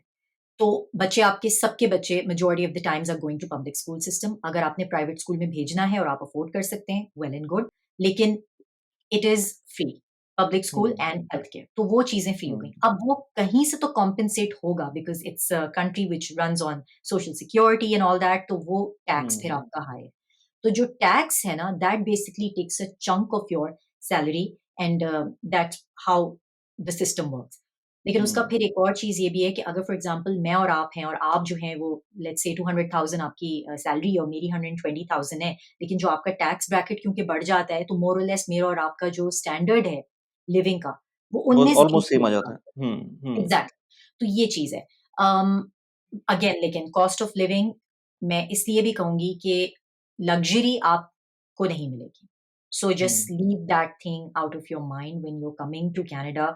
उसमें अगर आप अपने सी रीज़न कर सकते हैं कि मुझे एक अच्छा लाइफ़स्टाइल चाहिए, basically north American lifestyle, passport चाहिए और हेल्थ केयर फ्री चाहिए और एजुकेशन फ्री चाहिए बच्चों की and then I can have a laid back retirement and 4 seasons मैं देख लूँ, ब्यूटी एन्जॉय कर लूँ, डेज़र्ट से निकल हुँ, आऊँ। ये चीज़ें अगर आप अपने दिमाग में बिठाएँ और मूव करें तो दैट्स फाइन। लेकिन अगर हुँ, wealth accumulation is your goal, then you are not in the right place. फिर yes, hmm, US is another market जहाँ आप यू कैन से कि आप कर सकते हैं। लेकिन अगेन वो कंपैरिज़न है कि वही आपको जॉब उस लेवल की मिलती है, नहीं मिलती जो आप मिडल ईस्ट में कर सकते हैं। फॉर एग्ज़ाम्पल अब Saudi Arabia is coming up booming, तो हुँ। वो सारे फैक्टर्स हैं। बिल्कुल ऐसे ही है, लेकिन उसमें एक पॉइंट ये भी है कि जो लोग वाक़ई वेल्थ एक्युमुलेट करना चाहते हैं और उनको ये समझ हुँ, में नहीं आती बात, क्योंकि मैं जब से मैंने यूट्यूब स्टार्ट किया तो मुझको हुँ, इसके एवेन्यूज़ नज़र आना शुरू हुए और यहाँ पर ऐसे-ऐसे मल्टी मिलियन डॉलर्स के जो रेवेन्यूज़ वाले यूट्यूबर्स हैं, जो पाकिस्तानी भी हो सकते हैं, पता नहीं हुँ, होंगे नहीं हुँ। होंगे, लेकिन ये कि मुझे पता है कुछ लोगों को मैं जानता हूँ जो यूके से हैं। तो जी, वो और बहुत सारे लोग मूव किया है, बहुत सारे लोगों ने यूएस से और यूके से यूएई, और ना सिर्फ यूट्यूब डोमेन के अंदर, बल्कि फ्रीलांसिंग डोमेन के अंदर, क्योंकि फिर उसमें आपके पास जो एवेन्यूज़ होते हैं वो बहुत बढ़ जाते हैं और जो ये कंट्रीज़ हैं, कनाडा हो गया, यूके हो गया, ये आपको टैक्स करते हैं और ये आपको सही तरीके से टैक्स करते हैं और इवन दो कि एब्सोल्युटली, आपके बिज़नेसेस के अंदर भी, क्योंकि आप लूप होल्स निकाल लेते हैं बिज़नेस के अंदर, लेकिन फिर भी वो टैक्स होता है। तो एब्सोल्युटली, उस केस में आपके लिए Dubai is the best place, कि अगर आपको एब्सोल्युटली। जॉब में नहीं जाना और आपको अपने टैक्सेस बचाने हैं, तो फिर नथिंग लाइक दुबई।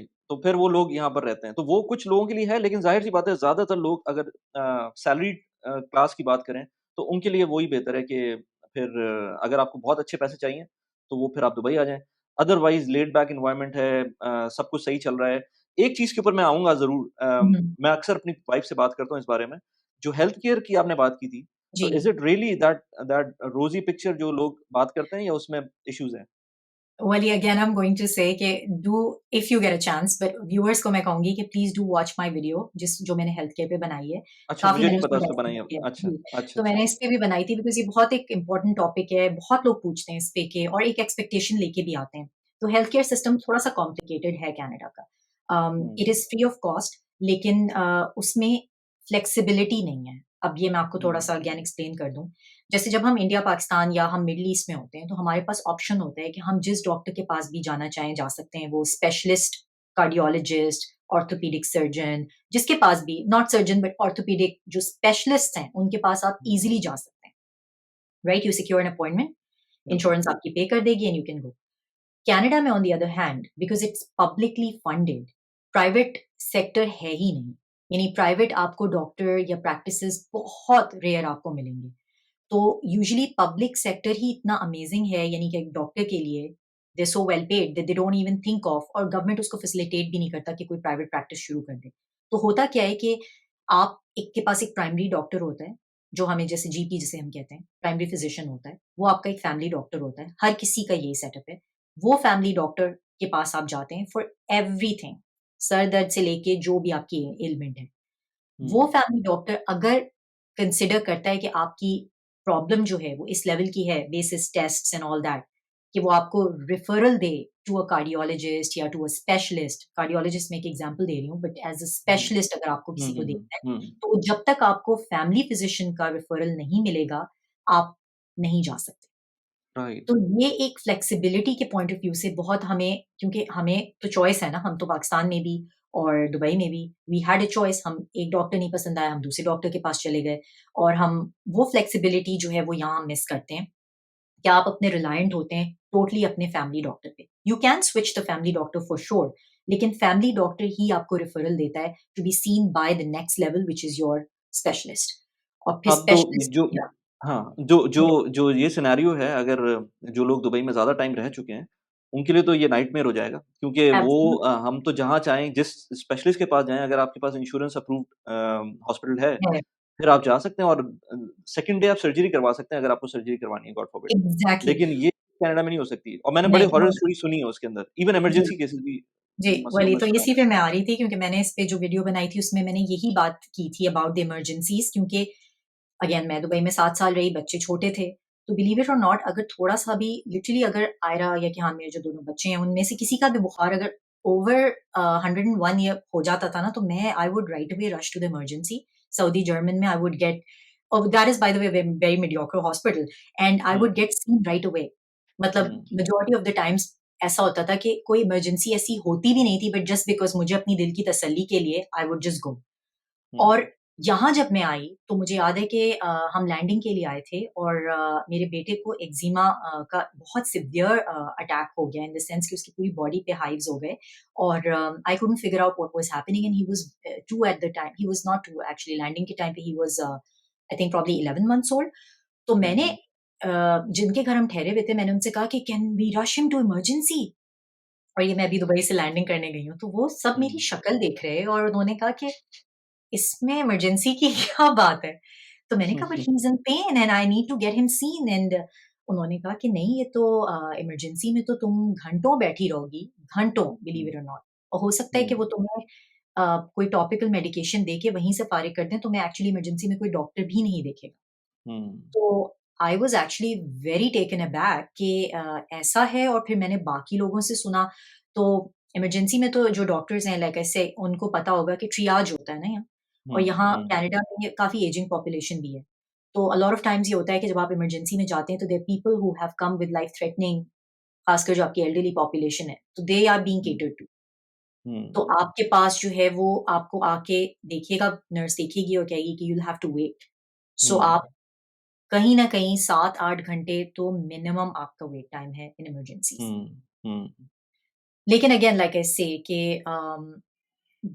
डूएबल है अगर फॉर एग्ज़ाम्पल ये फ्लेक्सिबिलिटी किसी की अंडरलाइंग हेल्थ कंडीशंस हैं और किसी को एक्सेस चाहिए फॉर एग्ज़ाम्पल हेल्थ केयर का उस तरह से, तो या definitely consider this because free है, हुँ, लेकिन it comes with hmm. A cost. नहीं, आई नो अ फैमिली के उनको ये पता था और उनकी मेरे जो फ्रेंड है उनकी वाइफ़ को एक प्रॉब्लम थी जी, जो कि नी रिलेटेड थी। तो यहाँ तो बहुत अच्छी उनकी पेन मैनेजमेंट भी हो रही थी और इनफैक्ट उन्होंने 2-3 सर्जरीज़ भी हो गई थी, जो कि उन्होंने हर तरह के डॉक्टर से कंसल्ट करने के बाद फिर करवाई थी दुबई में। लेकिन फिर भी उनका मसला चल रहा था और फिर उनकी कैनेडियन पीआर हो गई थी। तो उनकी वाइफ़ ने स्ट्रेट अवे मना कर दिया था उस चीज़ को। उन्होंने जी, कहा था कि मैं जिस कंडीशन में उस वक़्त यहाँ पर हूँ आई डोंट थिंक कि मुझे कनाडा किसी भी तरह से सूट करता है मेरी मेडिकल कंडीशंस की वज़ह से। तो वो नहीं गए एब्सोल्युटली। थे। और जी, वो मैं समझता हूँ कि वो कुछ हद तक ठीक भी था क्योंकि अगर आपके पास सब कुछ ठीक है यहाँ पर and you can manage things तो और फिर वहाँ जाके आपको हेल्थ इश्यूज़ हो जाएँ, जो कि एज़ यू सेड कि इमरजेंसी में कितना टाइम लगता है और फिर जीपी के टाइम आते-आते फिर टाइम लग जाता है और बहुत सारी और स्टोरीज़ हैं इस तरह की। तो उसमें you have to weigh your pros and cons. अगर टोटली। आप सब कुछ ठीक है, हेल्दी हैं, फिर तो मसला नहीं है, लेकिन अगर कोई मसला है हेल्थ का, तो फिर तो देखना बिल्कुल पड़ेगा। कंसिडर करें। सेकेंडरी और टर्शियरी केयर जो है, वो बहुत अच्छी है। लेकिन अगेन मैं फिर ये भी सोचती हूँ कि सेकेंडरी और टर्शियरी केयर खुदा ना खास्ता बहुत कम लोगों को यूज़ करनी पड़ती है। मीनिंग अच्छा सेकेंडरी केयर उसमें मीनिंग हॉस्पिटलाइज़ेशन। मैं समझ गया। उसमें जी, एक औ 2 केसेज़ हैं मेरे पास। मेरे एक कज़िन था, उस बेचारे जी। की डेथ हो गई थी। ही गॉट डायग्नोज़्ड विथ कैंसर लेकिन हुँ, उसमें हमें लगता है कि वहाँ पर काफ़ी डिलेड प्रोसेस हुआ था। रिस्पॉन्स मिलना। वन्स हुँ, वो पहुँच गया था वहाँ पर बेड पर, फिर तो ठीक हो गया था। लेकिन वो उस बेड तक पहुँचने के लिए उसको जो है जितना टाइम लगा था, वी फील आई कि वो बिलीव इट। उसमें टाइम लगा था। एक आई ये, बिलीव इट। दूसरा दूसरा ये कि मेरे एक और जानने वाले थे जो दुबई मूव किए और उनकी बहुत अच्छी जॉब नहीं थी। कनाडा से मूव होते हुए बिल्कुल भी खुश नहीं थे वो लोग दुबई आते हुए।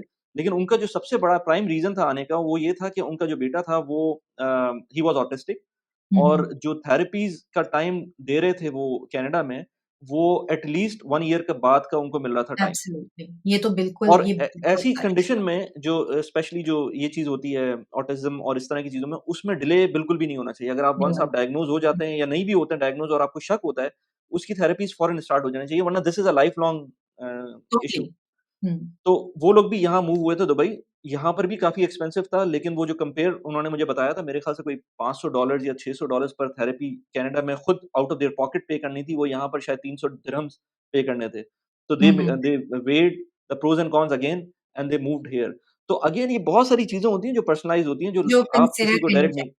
बिल्कुल और ये जैसे जो आप हेल्थ केयर की बात कर रहे हैं काफ़ी बर्डन्ड है। मैंने अपनी वीडियो में यही शेयर किया है कि जो हेल्थ केयर सिस्टम ख़ासकर ओंटारियो का जो है वो एक्सट्रीमली बर्डन्ड है बिकॉज़ हो ये रहा है कि ये इतने इमिग्रेंट्स ले रहे हैं और इंफ्रास्ट्रक्चरल जो डेवलपमेंट है ना, इट्स नॉट कीपिंग अप। तो हुँ, हुँ, अब थर्ड वर्ल्ड कंट्री वाला हाल तो नहीं है, लेकिन मैं हुँ, फिर भी समझती हूँ कि जिस हिसाब से ये it's a first world country देखा जाए तो इनकी हेल्थ केयर को टॉप नॉच होना चाहिए, compared um, to the immigrants they are taking. लेकिन वो हुँ, जिस हिसाब से लोग ले रहे हैं, उस हिसाब से they are not keeping up the system. हुँ। इसकी एक और एग्ज़ाम्पल मैं देता हूँ आपको अनफॉर्च्युनेटली मेरे my father passed away this year तो हुँ, हम लोग पाकिस्तान में आगा खान में थे। तो हुँ, वी वर फ्रस्ट्रेटेड कि ऑलमोस्ट उनको 10 दिन हो गए थे लेकिन प्रोग्रेस भी नज़र नहीं आ रही थी और जिस सीसीयू वार्ड के अंदर थे वो काफ़ी ज़्यादा एक्सपेंसिव भी था। हुँ, खैर एक्सपेंसिव का इतना मसला नहीं था लेकिन हमें प्रोग्रेस नज़र नहीं आ रही थी। तो फिर मैंने डॉक्टर से ज़रा स्टर्नली बात किया तो उन्होंने मुझे 3 एग्ज़ाम्पल्स दी। उन्होंने बोला देखें ये जो आगा खान हम लोग चला रहे हैं, ये फ्रैंकली स्पीकिंग ये अमेरिकन मॉडल के ऊपर है। अगर आप इस चीज़ को कैनेडियन या ब्रिटिश सिस्टम के ऊपर लेके चले जाते तो आप मुझसे इस तरह बात कर ही नहीं रहे होते। आपसे मैं बात ही नहीं करता इस तरह से, आप क्योंकि पैसे दे रहे हैं and I have to listen to you. लेकिन फ्रैंकली स्पीकिंग आपके फादर की कंडीशन नहीं है सही और आप चाहते हैं जो चाहते हैं आप हमें बता दें क्योंकि जो अमेरिकन सिस्टम है उसमें जो पेशेंट का जो केयरटेकर है, वो जो भी कहेगा हम उसके हिसाब से चलेंगे। लेकिन एब्सोल्युटली। अगर आप मुझसे पूछेंगे अगर प्रैक्टिशनर होता मैं यूके में या कनाडा में, तो मैं आपसे बात भी नहीं करता और जो मुझे समझ में हुँ, सही आता मैं वो कर रहा होता। जी, तो ये ये तो चीज़ है। बड़ा फ़र्क है। अब वहाँ पर आप पैसे दे रहे हैं या इंश्योरेंस पैसे दे रही है, जो भी पैसे दे रही है उस चीज़ के, वो फिर डॉक्टर उसी हिसाब से चलते हैं और आपको वाक़ई फिर वो आपकी टेक केयर करते हैं। लेकिन फिर अगर आप एब्सोल्युटली। नेशनल लेवल पे चले जाते हैं, आप गवर्नमेंट की सपोर्ट ले रहे होते हैं, फिर उसमें फिर गवर्नमेंट ही डिसाइड करती है कि आपके साथ क्या करना डेफिनिटली। तो ये वाक़ई बहुत बड़ा पॉइंट है फॉर पीपल हू है। Right. Want to move to consider. Health care का तो ठीक है, मुझे समझ में आ रहा है कि ये मसला है और बाकी चीज़ें भी जो हमने अभी तक डिस्कस की हैं, उसके अंदर प्रोज़ एंड कॉन्स हमने ट्राई किया है कि बता दें लोगों को जो समझ में आ जाए, स्पेशली जो नए एस्पायरेंट हैं। इसके अलावा कनाडा आप यूएस में हैं इस वक़्त, तो उसकी जर्नी मैं आपसे पूछूँगा, लेकिन उससे पहले जो कनाडा में और कुछ अगर आप बताना चाहें कनाडा के पॉइंट्स वो प्लीज़? एक वेदर मुझे लगता है कि is a point two consider, दूसरा हाउस हेल्प और हुँ, बाकी तो हमने बातें सब कर ही ली हैं, करियर हुँ। रिलेटेड भी और तो हाउस हेल्प तो आपको जो दुबई में मिलती है या इवन पाकिस्तान के अंदर नहीं, जो मिलती है, उसका तो कोई इम्पॉसिबल, हाँ, वो तो है ही नहीं। इम्पॉसिबल। हाँ। तो वो एक चीज़ ऐसी है कि जो ख़ासकर जिन लोगों के साथ मैं हैंग आउट करती थी इन दुबई, तो उनका सबसे ज़्यादा जो इश्यू था ज़्यादातर लोगों का, मैं अगेन ख़वातीन की बात कर रही हूँ, उनको सबसे ज़्यादा जो ख़ासकर जो लोग बहुत अरसे से दुबई में रह रहे हैं, वो बहुत यूज़्ड टू हैं उस लाइफ़स्टाइल के और क्यों ना हो, it's a hmm, convenience right hmm, from the hmm, perspective of house help. तो हुँ, उसमें फिर उनको यही चैलेंज था कि हमें सब कुछ जो है वो खुद करना पड़ेगा और बिल्कुल like you have to run everything yourself right? You take that thing out of the equation और आप बिल्कुल क्रिपल हो जाते हैं। तो ये तो वाक़ई है कि आपको बर्फ़ भी खुद साफ़ करनी है, आपने घर की सफाई भी खुद करनी है, साथ में आपने नौकरी भी करनी है बिकॉज़ डुअल इनकम्स हैं ज़्यादातर लोगों की और लाइफ़ टफ़ है, लेकिन that's your decision. If you can assimilate and integrate और ह्यूमन नेचर भी कुछ ऐसी है कि आप यूज्ड टू हो जाते हैं eventually um, but then um, this is something to consider आने से हुँ। पहले कि हाउस मैं हेल्प। मैं आपको हाउस हेल्प पे तो बड़ा एक इंटरेस्टिंग सिनेरियो बताता हूँ। यहाँ पर मेरे एक दोस्त हैं, वो he is doing a very um, well to do business वो कर रहे हैं, बहुत अच्छा बिज़नेस कर रहे हैं इस वक़्त पाकिस्तान के अंदर। लेकिन फैमिली के साथ वो यहीं रहते हैं। मतलब हफ़्ते 1 हर महीने 1 हफ़्ते के लिए पाकिस्तान जाते हैं और उसके बाद वो वापस यहाँ आ जाते हैं, 3 हफ़्ते यहाँ रहते हैं और बाकी चीज़ें वो रिमोटली कर रहे हैं, अदरवाइज़ फिर वो 1 महीने के लिए चले 1 हफ़्ते के लिए चले जाते हैं। वो उनके पास एक नौकरों की फ़ौज है यहाँ पर। जिस अपार्टमेंट में वो रहते हैं, उससे 2 जी, बिल्डिंग छोड़ के उन्होंने अपने 3 जो हाउस हेल्प्स हैं, उनको रखा हुआ है। उनको दिया हुआ तो if you have money here, you can do anything. ये चीज़ आप कनाडा में एब्सोल्युटली सोच नहीं सकते unless right and until you are filthy rich. Absolutely और हमारे साथ जो लोग काम कर रहे थे बेरोज के साथ मतलब उसी लेवल पे I remember at the time probably senior manager level ही होगा उस टाइम पे एंड आई रिमेंबर के वली you'd be shocked that there were people who had 2 maids separate like for 2 kids जो हुँ, एक बच्चे की एक नैनी है और दूसरे बच्चे की दूसरी नैनी है और घर की जो हेल्प है वो अलग है, वो अलग है। जो घर के हाँ, काम करती है।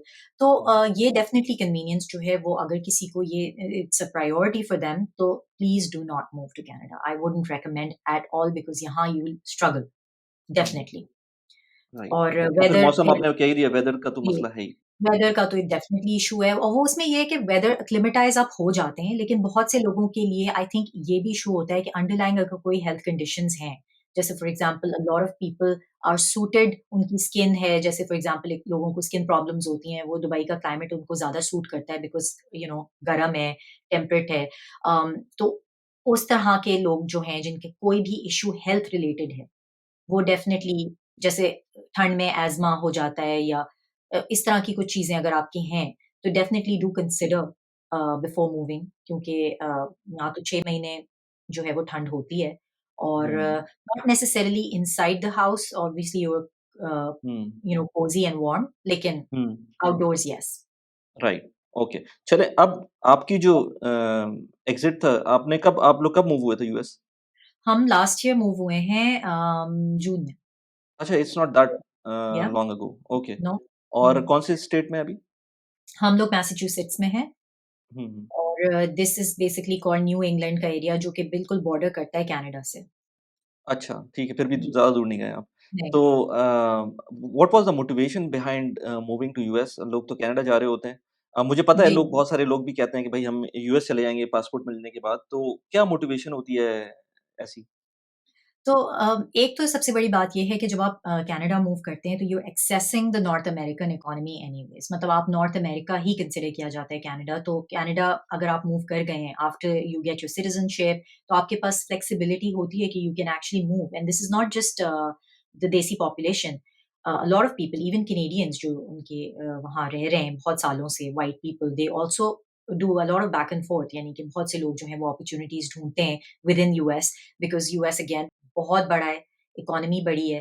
ज़्यादातर कंपनीज़ के हेड ऑफिसेज़ जो हैं, वो यूएस में हैं, और नॉर्थ अमेरिका में ऑब्वियसली अगर किसी कंपनी का हेड ऑफिस है, तो वो यूएस में होगा वर्सेस कनाडा। तो ये हुँ, भी एक चीज़ है कि उसकी हुँ, सब्सिडियरी होगी कनाडा में, लेकिन मेन हुँ, ऑफिस जो होगा वो यूएस में होगा। यूएस में तो होगा। ये हमारे साथ भी केस हुआ था कि हमारा जो ऑफिस था लेगो का, वो कनाडा में सब्सिडियरी थी, और मेन ऑफिस जो था वो हेडक्वार्टर उसका यूएस में था।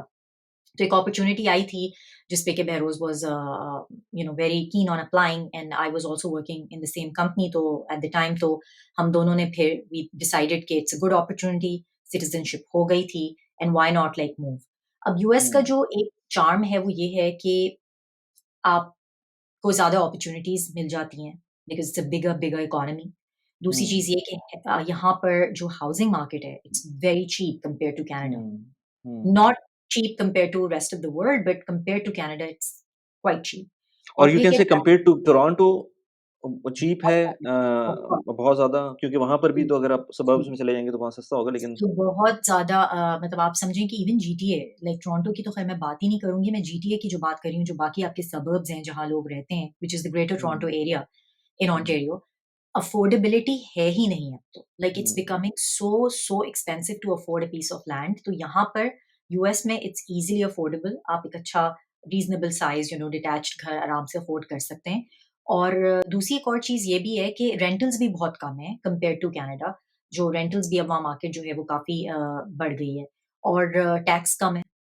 जो हुँ, कनाडा का टैक्स रेट है उससे जो यूएस का टैक्स रेट है इट्स रिलेटिवली लेस। तो हुँ, टैक्स कम है, तो उससे फिर ये होता है कि आपके पास डिस्पोजेबल इनकम जो है वो ज़्यादा होती है वर्सेस के अगर आप जैसे फॉर एग्ज़ाम्पल कनाडा में हो। और कनाडा के तो इन जनरल मुकाबले में सैलरीज़ भी ज़्यादा हैं।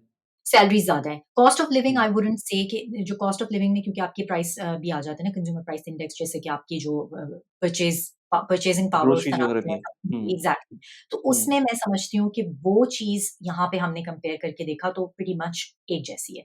यानी कि अगर हुँ, फॉर एग्ज़ाम्पल आप किसी कोई एक एग्ज़ाम्पल छोटी-सी देती हूँ, आप कोई किताब या कोई भी चीज़ खरीदते हैं, तो उसके पीछे जो आप देखते हैं कैनेडियन डॉलर्स में और यूएस डॉलर्स में, दोनों में प्राइस होती है। वो जब आप इंडेक्स कन्वर्ट करते हैं, वो इक्वली होती है।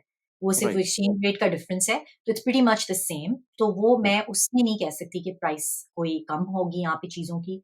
हाँ, ज़ाहिर है सेल्स लगती हैं, ज़्यादा आप कह सकते हैं, क्योंकि डिस्पोजेबल इनकम ज़्यादा है, तो परचेज़िंग पावर ज़्यादा है। ज़्यादा जो है वो कंज़्यूमरिज़्म है। लाइक हुँ, लोग जो हैं वो बहुत प्रीटी मच लाइक दुबई। हुँ, मैंने देखा कि कनाडा में $1 भी कोई सेव कर लेता है ना, तो वो उसपे बहुत ब्रैग करता है, इर्रिस्पेक्टिव कि हुँ, उसका क्या प्रोफ़ेशन है। He could hmm, be a VP of a company and he would brag about $1 that he saved on या deal he got। हुँ, लेकिन यहाँ हुँ, पर जो है वो आप देखेंगे कि पेचेक टू पेचेक भी हैं लोग, लेकिन बीएमडब्ल्यू चला रहे हैं, और लाइक, हुँ। तो थोड़ा-सा फ्लैशी है यूएस कंपेयर्ड टू कनाडा। हमारा अबंडेंस है। हाँ। जी, हमारी ये हाँ। मोटिवेशन ऑब्वियसली नहीं थी to move here, we obviously were looking for more you can say more the power आपके पास आ जाती है परचेजिंग लाइक अगर आपके हुँ, पास इनकम ज़्यादा होती है and you know obviously you can afford a better house and more um, space and that sort of thing. तो हमारे लिए वो राइट। ज़्यादा था and access to better career. Right. तो यहाँ पर आने के बाद स्कूलिंग, हेल्थ केयर उसमें आपको क्या डिफरेंस लगा है कनाडा से? ये चीज़ आपने बहुत अच्छा पॉइंट रेज़ किया। तो हेल्थ केयर जो है वो obviously is just like you have to get insurance और इंश्योरेंस आपकी जो है वो या तो कंपनी इंश्योरेंस होती है, आप खुद इंश्योरेंस लेते हैं। तो कंपनी हमारी इंश्योरेंस है लेकिन जैसे उसमें हमें एक प्रीमियम आपका कटता है from your salary, that's how it works. तो यहाँ पे दैट्स द सिस्टम। तो hmm, in terms of the quality it's great और अगर आप कंपेयर करें कनाडा से तो yes there is a difference क्योंकि ज़ाहिर है वो प्राइवेट है सब कुछ, तो उसकी जो क्वालिटी है वो बेहतर है लेकिन you are also paying a price for it. तो हर चीज़ की आपको जो है वो एक तरह से आपके यहाँ कुछ चीज़ें इंश्योरेंस पे कवर्ड होती हैं, कुछ नहीं होती हैं, कुछ आपको आउट ऑफ पॉकेट देना होता है। आई फील कि if I compare from Dubai तो मुझे लगता है कि दुबई में जो जो अगेन वो कंपनी टू कंपनी भी डिफर करता है लेकिन दुबई में I think health care is still a little bit more accessible compared to North America. अच्छा। ये I am pretty sure even हाँ, यूएस से भी कंपेयर कर लें, even with insurance. US exactly. हुँ, तो उस हुँ, हिसाब से I think a lot of coverage क्योंकि ज्यादातर लोग एक्सपैट असाइनमेंट्स पे भी होते हैं, इवन जो अगर लोकल असाइनमेंट्स पे भी हैं तो कंपनीज काफी ज्यादा अच्छे इंश्योरेंस पैकेजेस हैं hmm, in Dubai. That's what I hmm, realize. हुँ, लेकिन यहाँ पे मैंने देखा है कि lot of time co-op programs हैं कि जिसमें आपको खुद आपको कुछ परसेंटेज देना पड़ता है ऑन टॉप इरिस्पेक्टिव। तो आपका हुँ। इंश्योरेंस कंपनी कुछ कवर करती है but you still have to pay the rest. ल यहाँ पर भी होता है इंश्योरेंस में दुबई में भी कुछ इंश्योरेंस कंपनीज़ 15% कुछ 10% कुछ 20% पे चल रही होती हैं। कुछ बहुत हार्डली मैंने देखी है कि अब 100% पे जाती हैं। प्लस ये अच्छा, कि अब मैंने देखा है कि नई चीज़ ये भी देखी है पहले भी मेडिसिन्स के ऊपर वो चार्ज करते थे, अब टेस्ट्स के ऊपर भी चार्ज आने लगा है। तो अच्छा, वो ओके। इंश्योरेंस आती है, डेंटल 100% कवर नहीं होता। ये हाँ, सारी चीज़ें होती यहाँ हैं पे लेकिन होता है अगेन ये बहुत सारी चीज़ें आपकी कंपनी पे भी डिपेंड करती हैं कि कैसी कि इंश्योरेंस आप किस पॉलिसी कंपनी लीजिए। के साथ हैं, बिल्कुल। And it is very expensive I'll just let you an again वही बात है प्रोस एंड कॉन्स होते हैं। दुबई में अगर if you are old aged और आपको इंश्योरेंस करवानी है अपनी, तो it can start from 30,000 dirhams annual उसकी तो जो कॉस्ट आएगी, प्रीमियम आएगा। एग्ज़ैक्टली तो वही बिल्कुल यहाँ पर भी यही है, यूएस में, नॉट इन कनाडा। कनाडा में अगर आप एल्डरली हैं तो आपको बड़ा बेनिफिट है। लेकिन अगर हुँ, जैसे फॉर एग्ज़ाम्पल आप यूएस में हैं तो yes it is health care is expensive. So that is I think a con. और जो जैसे आपने एक और चीज़ स्कूलिंग की बात की थी, उस पे भी मैं हुँ, थोड़ी-सी बात कर लेती हूँ। तो वो ये है कि स्कूलिंग अगेन यहाँ पे प्राइवेट स्कूल्स भी हैं, पब्लिक स्कूल्स भी हैं। पब्लिक स्कूल्स भी उसी तरह ऑपरेट करते हैं जैसे बिल्कुल नॉर्थ अमेरिका में हर जगह कनाडा में करते हैं कि आपके पास पॉकेट्स हैं, एरियाज़ हैं। आप अच्छे एरिया में रहेंगे जहाँ पे इनकम्स हाई हैं, ओवरऑल एवरेज हाउसहोल्ड इनकम अगर आपके एरिया में जितने लोग हुँ, काम कर रहते हैं, उनकी एवरेज हाउसहोल्ड इनकम अगर ओवर लेट्स से 90 के है, तो आपको ऑटोमैटिकली स्कूल भी देखेंगे आपके उसमें अच्छे जेंट्री आ रही है। और उससे हुँ, बहुत डिपेंड करता है कि एरिया से कि जो स्कूल क्योंकि यहाँ पे कैचमेंट होती है ना, यहाँ तो आप चूज़ नहीं कर सकते जैसे दुबई में you have the option of choosing hmm, any school hmm, you want. यहाँ पे यू हुँ, हैव टू जहाँ आपका घर है, उसके आस-पास जो आपका पब्लिक स्कूल नॉट प्राइवेट। तो अगर प्राइवेट स्कूल है वो तो फिर इट्स ओपन, उसमें तो फिर sky is hmm, the limit in US. There hmm, उसमें कोई $30,000 भी हैं जो पर एनम अ, उससे भी अक्सर ज़्यादा होते हैं फॉर बेस मतलब बच्चों के स्कूल की मैं बात कर रही हूँ। तो hmm, um, there is right, options तो एजुकेशन से we are right, very satisfied और that is one of the other reasons also for moving here कि वो आपको एक एक्सेस मिल जाता है to eventually for kids to be able to access higher education और हुँ। ये भी एक मोटिवेटिंग फैक्टर था। Okay, good. तो आप मैसाचुसेट्स में जी, अगर हम इसको कंपेयर करें टैक्सेस में जो कि मुझे पता है कि थोड़ा और चीप है और चीप कहना चाहिए या वो है ही चीप और फ्लोरिडा की बात करें या फिर एट द सेम टाइम हम कैलिफोर्निया की बात करें, तो it depends on state to state as well. तो एब्सोल्युटली। सो हाउ तो डज़ इट यहाँ पे वर्क आउट? यस। तो यहाँ पे ये चक्कर है वली कि you have to make sure कि आप जिस स्टेट में हैं, उस स्टेट का आपको पता होना चाहिए कि आपको like you need to really study tax system बहुत डिफर करता है, बहुत डिफरेंट कैटेगरीज़ हैं ऑफ टैक्सेस यानी बहुत छोटी-छोटी चीज़ें हैं जिस पे कि आप टैक्स अवॉइड कर सकते हैं if you are in a different state. तो Massachusetts is considered to be one of the higher tax bracket में जो आती हैं स्टेट्स, हम हमारे पास क्योंकि चॉइस नहीं थी because we were moving with respect to our work. लेकिन ये कि जैसे फॉर एग्ज़ाम्पल टेक्सास है, या जैसे फॉर एग्ज़ाम्पल आपने फ्लोरिडा की एग्ज़ाम्पल दी, तो वहाँ पे बहुत टैक्स हेल्प मिलती है लोगों को। टैक्स जो है वो हाउसिंग पे कई जगह टैक्स बहुत ज़्यादा है। किसी-किसी जगह पे जो है वो सेल्स टैक्स ज़्यादा है। तो ये डिपेंड करता है कि आप किस स्टेट में हैं, और उस स्टेट के लॉज़ फिर फ्रीक्वेंटली चेंज भी होते रहते हैं। तो again, in terms of opportunities और इन टर्म्स ऑफ देसीज़, यहाँ पे बहुत पॉपुलैरिटी है in terms of moving towards the west. तो ज़्यादातर हुँ, जो वेस्ट कोस्ट है, उसमें क्योंकि एक तो क्लाइमेट भी अच्छा है, दूसरा ये कि आपका जो जैसे मैंने कहा डैलस है, टेक्सास है, ऑस्टिन जैसे ये काफ़ी पॉकेट्स हैं, बहुत ज़्यादा देसीज़ हैं, ह्यूस्टन है, जैसे for hmm, example Miami, hmm, Florida, वो भी काफ़ी वहाँ भी हैं, मेक्सिकन ज़्यादा हैं, थोड़े स्पेनिश स्पीकिंग पॉपुलेशन ज़्यादा है, लेकिन वो एरियाज़ में हमारी देसी पॉपुलेशन ज़्यादा है। कैलिफ़ोर्निया, सैन फ्रांसिस्को, यहाँ पे ज़्यादा आपको देसीज़ नज़र आएँगे, and right. For obvious reasons, community, um, and then the fact कि कॉस्ट ऑफ लिविंग जो आपकी जो हाउस की जो कॉस्ट है, जो हुँ, आपकी प्रॉपर्टी प्राइस है, that is also quite affordable आपकी जो मिड स्टेट्स, या अगर आप फर्दर वेस्ट चले जाएँ, not California, LA in particular, लेकिन आउटस्कर्ट्स में जैसे आप देखें। राइट। कहीं भी डाउनटाउन में तो प्राइस हाई ही होगी, हाँ, लेकिन बिल्कुल। ये बिल्कुल, लेकिन आपके पास ऑप्शन है, you can move away from the downtown. और फिर यूएस में एक अच्छी बात ये भी है कि इवन कनाडा में भी है, लेकिन क्योंकि कनाडा के अंदर जो मेन सिटीज़ हैं वो कम है, यूएस में हुँ, आपके पास हर स्टेट के अंदर मल्टीपल सिटीज़ हैं जिसके अंदर आप एब्सोल्युटली, ल रह सकते हैं। आपको और जी, चीज़ें चेंज हो रही होती हैं। कनाडा में शायद आपको उतने सारे सीनरीज़ ना मिलें जितनी आपको यूएस में मिल जाएँ, क्योंकि है भी इतना बड़ा। मौसम भी जी, आपको हर तरह के मिल सकते हैं। तो आपके बिल्कुल। पास ऑप्शंस बहुत सारे बन जाते हैं। इसी इसी वजह से आई गेस कि जो लोग यूएस में रहते हैं, उनको बाहर की दुनिया का बहुत कम पता होता है। बिल्कुल, और एक और चीज़ जो मैंने यहाँ आके मुझे पता चली वो ये थी कि जो मिड स्टेट्स हैं ना आपकी, जो ऑल्दो रेड रेड कहा जाता है उनको, रेड और ब्लू से डिस्टिंक्शन हुँ, करते हैं बिकॉज़ ब्लू यूजुअली लिबरल हैं। न्यू इंग्लैंड का एरिया कहलाता है क्योंकि ये इंग्लिश सेटलर्स थे जहाँ हम रहते हैं, ये वर्मोंट हो गया, मेन हो गया, न्यूयॉर्क हो गया, और ये पूरी बेल्ट जो है मैसाचुसेट्स की, कनेटिकट, ये पूरा न्यू इंग्लैंड का एरिया कहलाता है।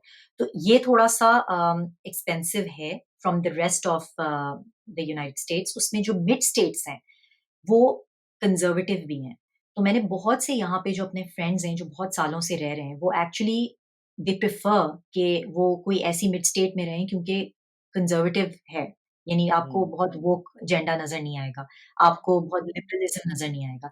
लेकिन उसके फिर प्रोज़ एंड कॉन्स दोनों हैं, कि अगर आप थोड़े मिड स्टेट्स में जाते हैं, तो आपको थोड़ा-सा ज़्यादा you see more of the जो आप कह सकते हैं ना टिपिकल अमेरिकन कल्चर, हुँ, जो कि थोड़ा-सा, I don't want to use that word, but um, stereotype बहुत ज़्यादा करते हैं वो बाकी आउटसाइडर्स को, और फिर हुँ, sometimes you see a lot of violence, gun laws हुँ, भी थोड़ी-सी लिबरल हैं वहाँ पे, तो वो access to guns and weapons are more easier in the mid states. लेकिन फिर राइट, उसका जो दूसरा है वो एलिमेंट वो यही है कि आप you can raise kids in a very round um, about fashion, अच्छी तरीके राइट। से आप कर सकते हैं। तो प्रोज़ एंड यस। कॉन्स हैं। चलें Batool, thanks a lot for this podcast. और मैं बहरोज़ के साथ मल्टीपल आई थिंक कोई 3 पॉडकास्ट ऑलरेडी कर चुका हूँ इस चैनल के ऊपर। और बहरोज़ के चैनल के ऊपर भी उसने मुझसे कहा है कि हम लोग एक और टॉपिक के ऊपर बात करेंगे। तो वो भी इट विल कम सून। और आई रियली एन्जॉयड दिस कन्वर्सेशन, क्योंकि इसके अंदर मुझको खुद बहुत सारी चीज़ें पता चली हैं, जो कि मुझे नहीं पता थी पहले। And this thank you so much. Conversations always brings up new things, जिसकी वजह से मुझको ये जो पॉडकास्ट होती है, इनमें बड़ा फ़ायदा लगता है कि आप इसमें खुलकर, क्योंकि इसमें कोई ये नहीं होता कि आपको कोई स्क्रिप्टेड होता है या कुछ चीज़ें जी, आपको खुद देखनी होती हैं, तो it it it opens a lot of topics जो आपने पहले बिल्कुल। डिस्कस नहीं किए हुए होते। तो आई होप कि आपको भी अच्छा लगा हो चैनल के ऊपर। बहुत अच्छा लगा, and thank you so much. या और I would definitely ask people जो मेरे चैनल के ऊपर हैं कि वो आप सब्सक्राइब करें आपके चैनल को। दोबारा आपका आपका क्या नाम है चैनल का? नॉर्थ अमेरिकन देसी, और वो हम लिंक फिर छोड़ देंगे फॉर बिल्कुल, पीपल टू बिल्कुल। Actually access. तो बहरोज़ और आप दोनों उस पे कंटेंट बना जी, रहे होते हैं। I like that content as well. और अगर किसी को मूव करना है कनाडा, यूएस, तो उसके लिए टिप्स एंड ट्रिक्स जो हैं वो इनके चैनल के ऊपर आप जाके देख सकते हैं। चलें बिल्कुल। Batool, thanks a lot. Thank you so much. Till next time. Okay, अल्लाह हाफ़िज़। अल्लाह हाफ़िज़।